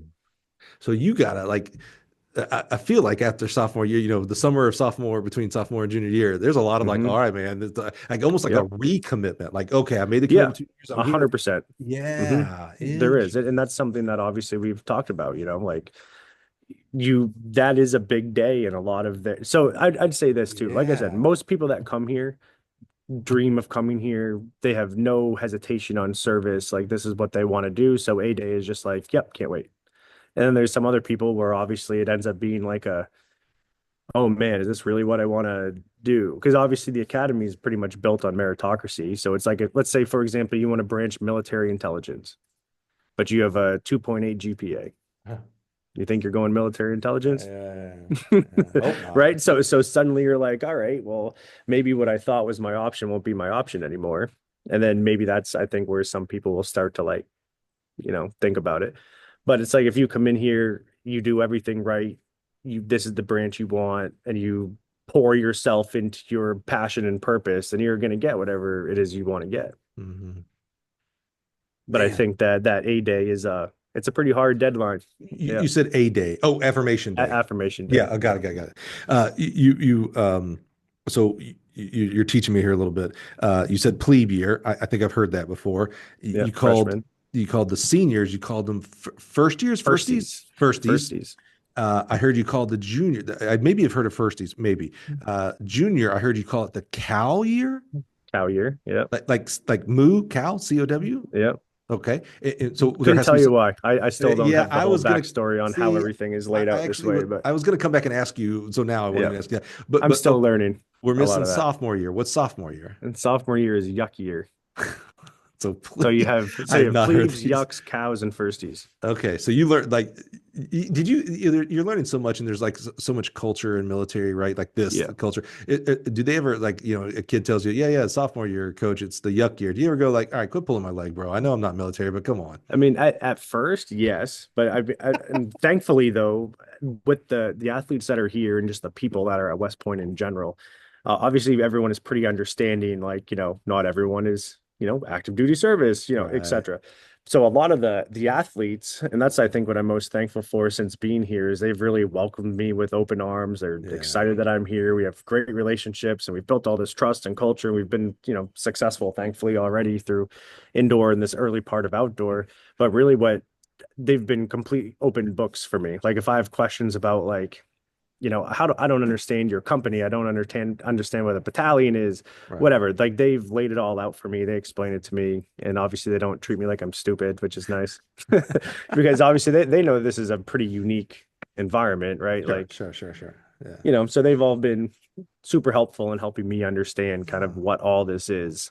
And then obviously on the inverse, I pour myself back into them and I support them however I can. So we were talking about some of those physical education requirements. yeah. Like I went to their boxing classes. I go to their survival swim. I watch them jump off the tower. I go to their combatives matches. Like I am equally as invested in them as they are in, helping me transition into a throws coaching role at the United States Military Academy. That's really cool.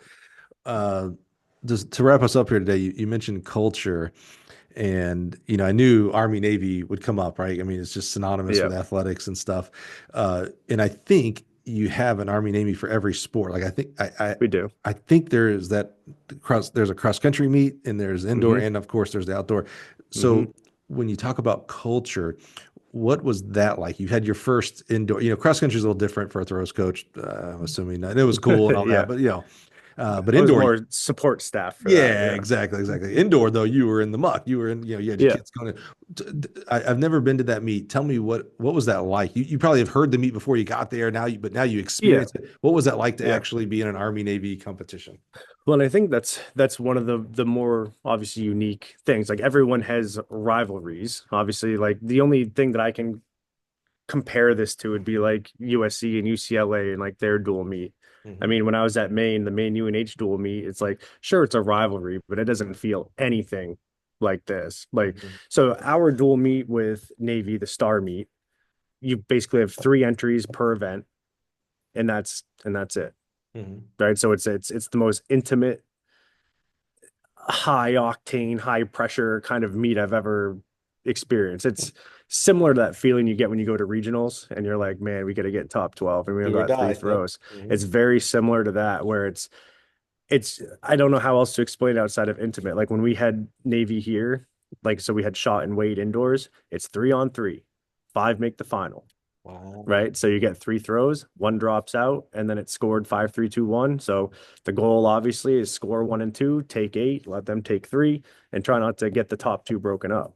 Is Hmm. really what it comes down to. And then in a perfect world, like we did in men's and women's shot, we go 1, 2, 3, and they go 4, 5, 6. Right. And that's considered a full sweep. Hmm. So that's usually what, we're going for. But that meet is so it's heavy. It's like having 2 additional championships. Hmm. Right. So it's like, yes, you have Patriot League indoor and outdoor, but you have the Star meet. That's 2 more championships. Then you still have the NCAA.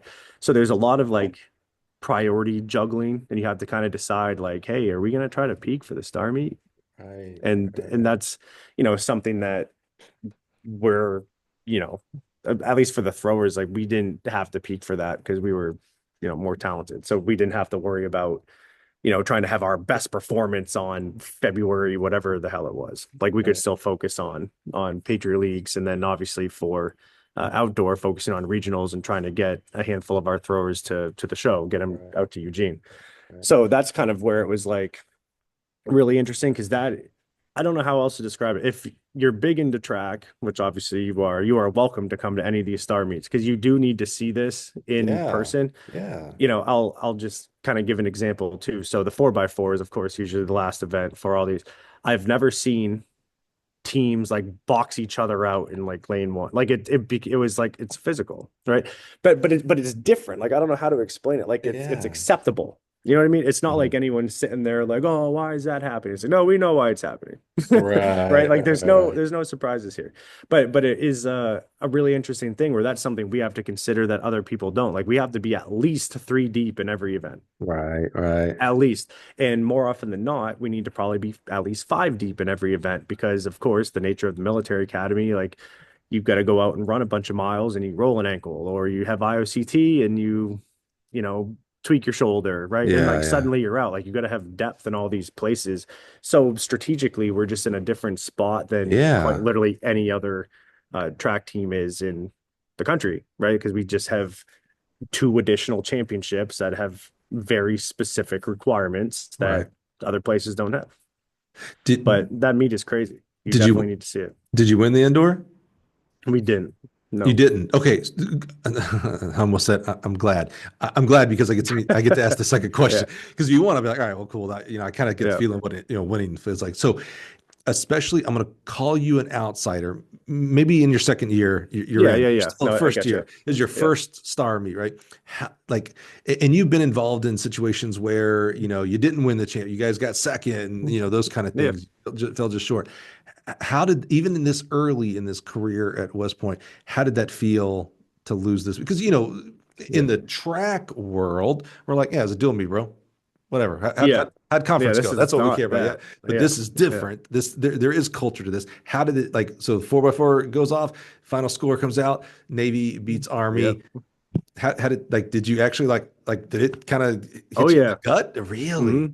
Well, in the way that it's set up intentionally that way to make loss like linger, which is interesting. So most people have seen the Army Navy football game, obviously. Hmm. So Hmm. we didn't beat them in football this year either. But basically, what ends up happening, so you'll see a lot of like either hashtags or marketing around like singing second, right? And basically, what that means is the winner of the Army Navy competition sings their alma mater song second, so they get to sing last, right? So when you lose the dual meet, we sing the alma mater for the United States Military Academy first, and then they sing their alma mater after. And then once you sing the alma mater, you scream "Beat Navy" or "Beat Army" or whatever. So it is kind of like dressed up, right? Like and it does kind of suck to sit there after losing a track meet, which I've never had that experience in my life where you lose like a track meet as a team and you're like, man, we gotta get better. Like I've never like had that happen before that. And that's just a really unique experience to like sing the West Point alma mater and then beat Navy. It goes quiet. Navy sings their alma mater, screams, beat Army, and then it's over.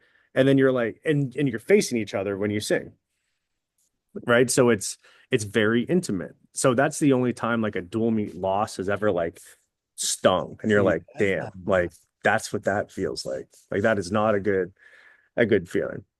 But yeah, I mean it's hyper unique. It's obviously really fun to be a part of. And yeah, I mean if anyone ever has a chance to go and see that meet, it's Yeah. easily the most one of the most unique things in track and field. That that's interesting. Not only the culture of the Army Navy dual meet, but dual meets in itself of like, Yeah. there's a definitive winner loser, right? We go to Hmm. these meets now, where there is no winner or loser. I mean, there's an event winner, and maybe I got seventh in my event, but I don't know the Yeah. team. We didn't even keep a team score, so I Right. didn't lose, right, and things like that. But and then the setup of what you're talking about there with the culture of like singing the songs, and you have to sit there and stare at the other guy who just beat you while they're singing their Yep. song last. There's Yep. there's like lessons of like humility there, and like Yeah, for sure. that's Yep. that's really interesting. Well, That's it's really humility, cool. and at the end of the day, too, like it is respectful.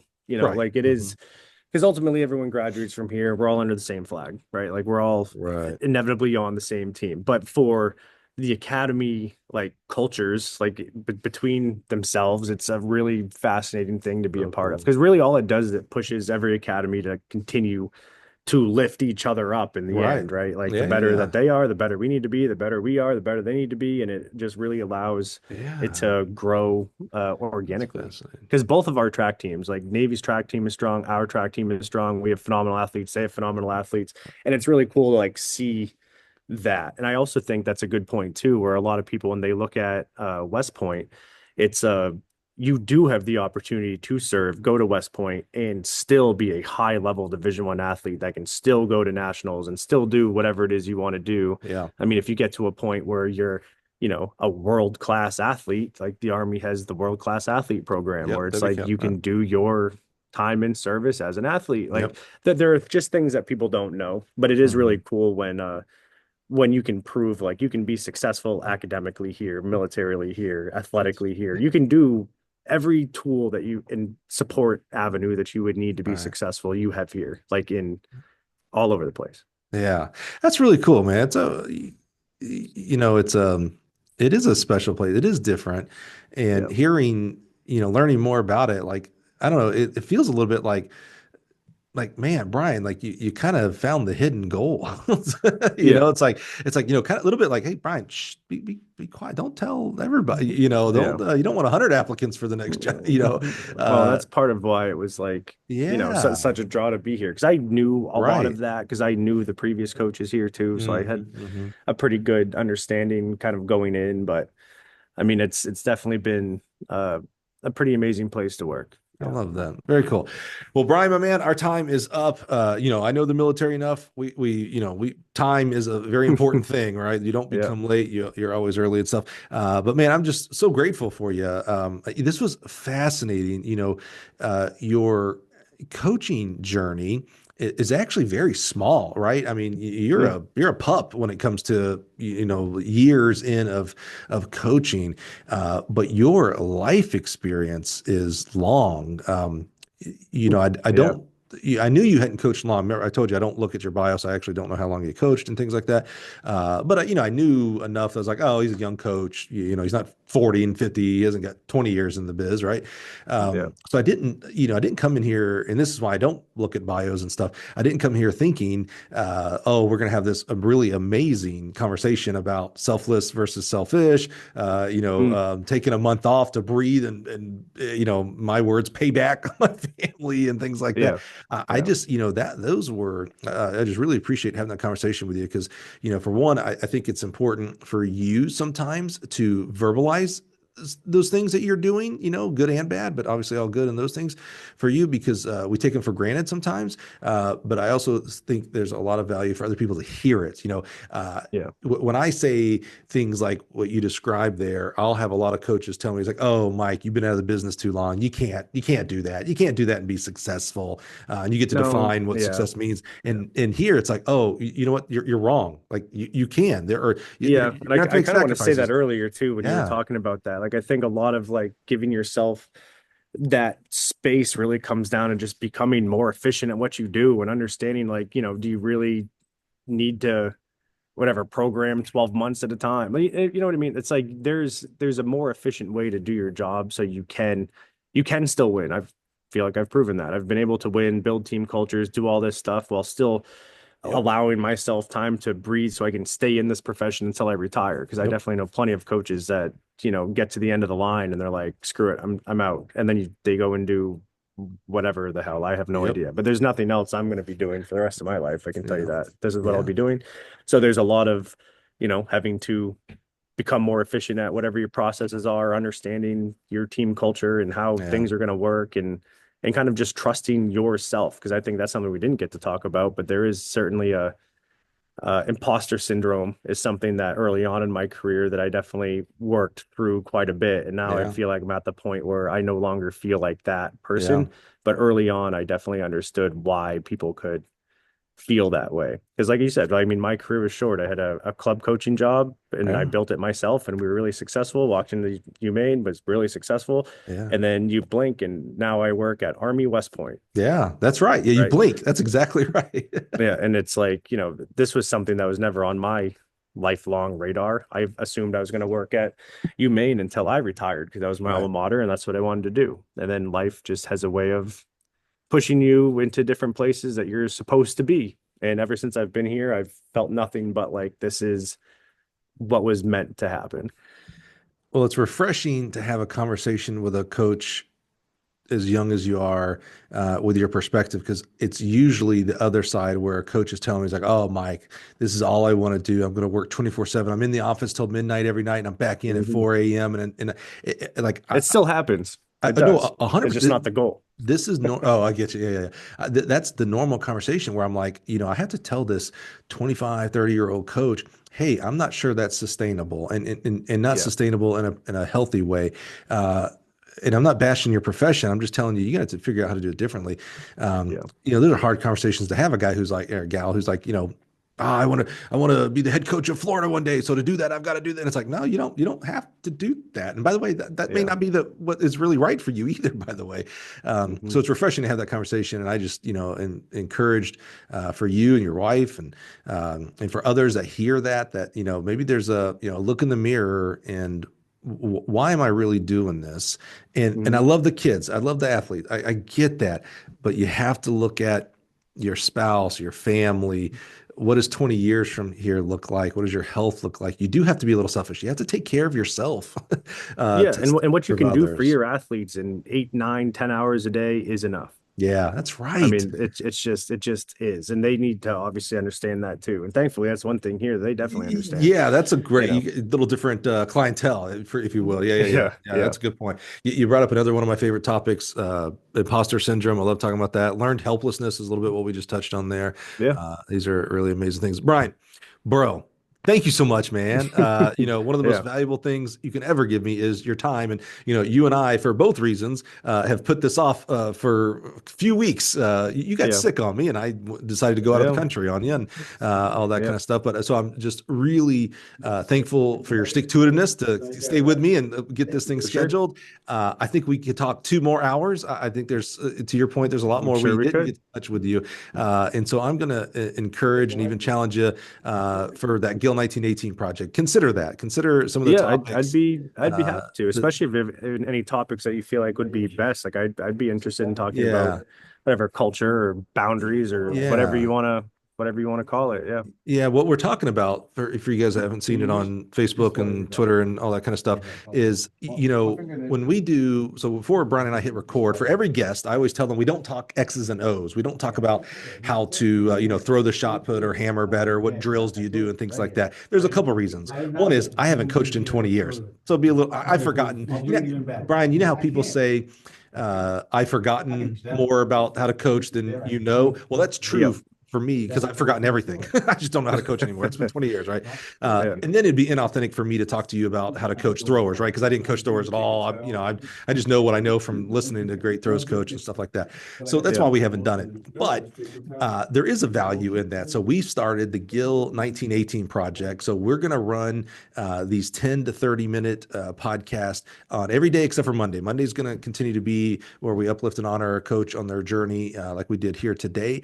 But the kicker for these 10 to 30-minute Gill 1918 project ones is ideally, Brian, what I want to do is I do 52 of these a year, right? Every Monday.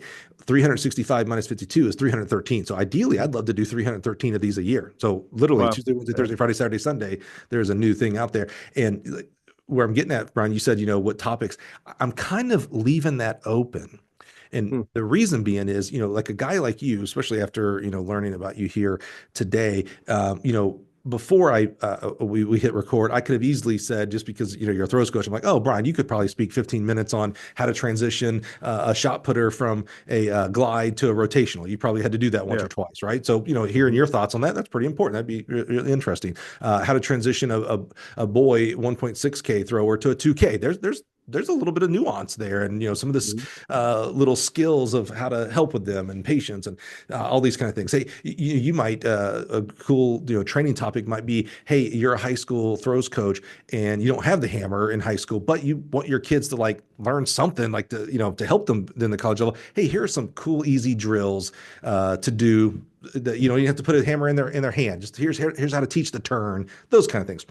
You may also, as we get into like the TED Talks of track and field podcast, you may also talk about imposter syndrome. You may talk about transitioning from a public university to a military academy. That's Sure. its own thing. There are people, there's only a handful of military academies, but there are people every year that become new military academy coaches, and it's like, man, if I listen to your podcast, Brian, I got a head start because I heard from your experience. So I'm keeping Mhm. it real loosey goosey on the topics from highly technical to hey, I want to talk about time management, guys. Hey, I want to talk about retirement. Like, here's what you should be doing with your 401k as a track coach, because you may think it's not important at 30, but you're going to think it's very important at 60. Right. And I'd rather you Yeah. start at 30, not 60. So something to think about. So if you're listening and you're interested, and more about that, hit me up on Twitter or email or text. That's all in the show notes and things like that. It's hard for me to take no for an answer, meaning I'm not turning down any topics unless you just want to do something stupid, which you would reach out to me if you're doing that anyway. Right. So super excited to get that started. Probably will start publishing that in April. Yeah, probably April to do that. Anyway, Brian, bro, thank you so much, man. Again, so grateful for you. I had a blast. This was so much fun. I'm glad we did do this. I'm glad we didn't just say, hey, you know what, time is not right. Let's not do this. Yeah. This Well, was thank you, and likewise. Yeah. so much fun, man. I get why you were nominated. Your story, even again, small experience at this point, is fascinating. I think a lot of listeners are going to gain a lot of value out of that. So I'm just very grateful for you, my friend. Absolutely. And thank you. And I guess for anyone that has questions or wants to reach out, obviously I'm happy to help any way I can. Perfect. I love that. Well, you guys know Google, you know how to get a hold of them. That's the easy part. It always cracks me up when someone says, "Hey, what's Coach so and so's email?" I'm like, you Google, Yeah. right? That's where I'm going to get it from. All right, guys and gals, thank you so much for being here this week. I really, really do appreciate you. Again, we're season 6, 300 plus episodes. There's no stop in sight. In fact, we're trying to add more shows for you to bring value to you. So, just so grateful for you being here. Join us next week. We'll do it all over again. See you guys.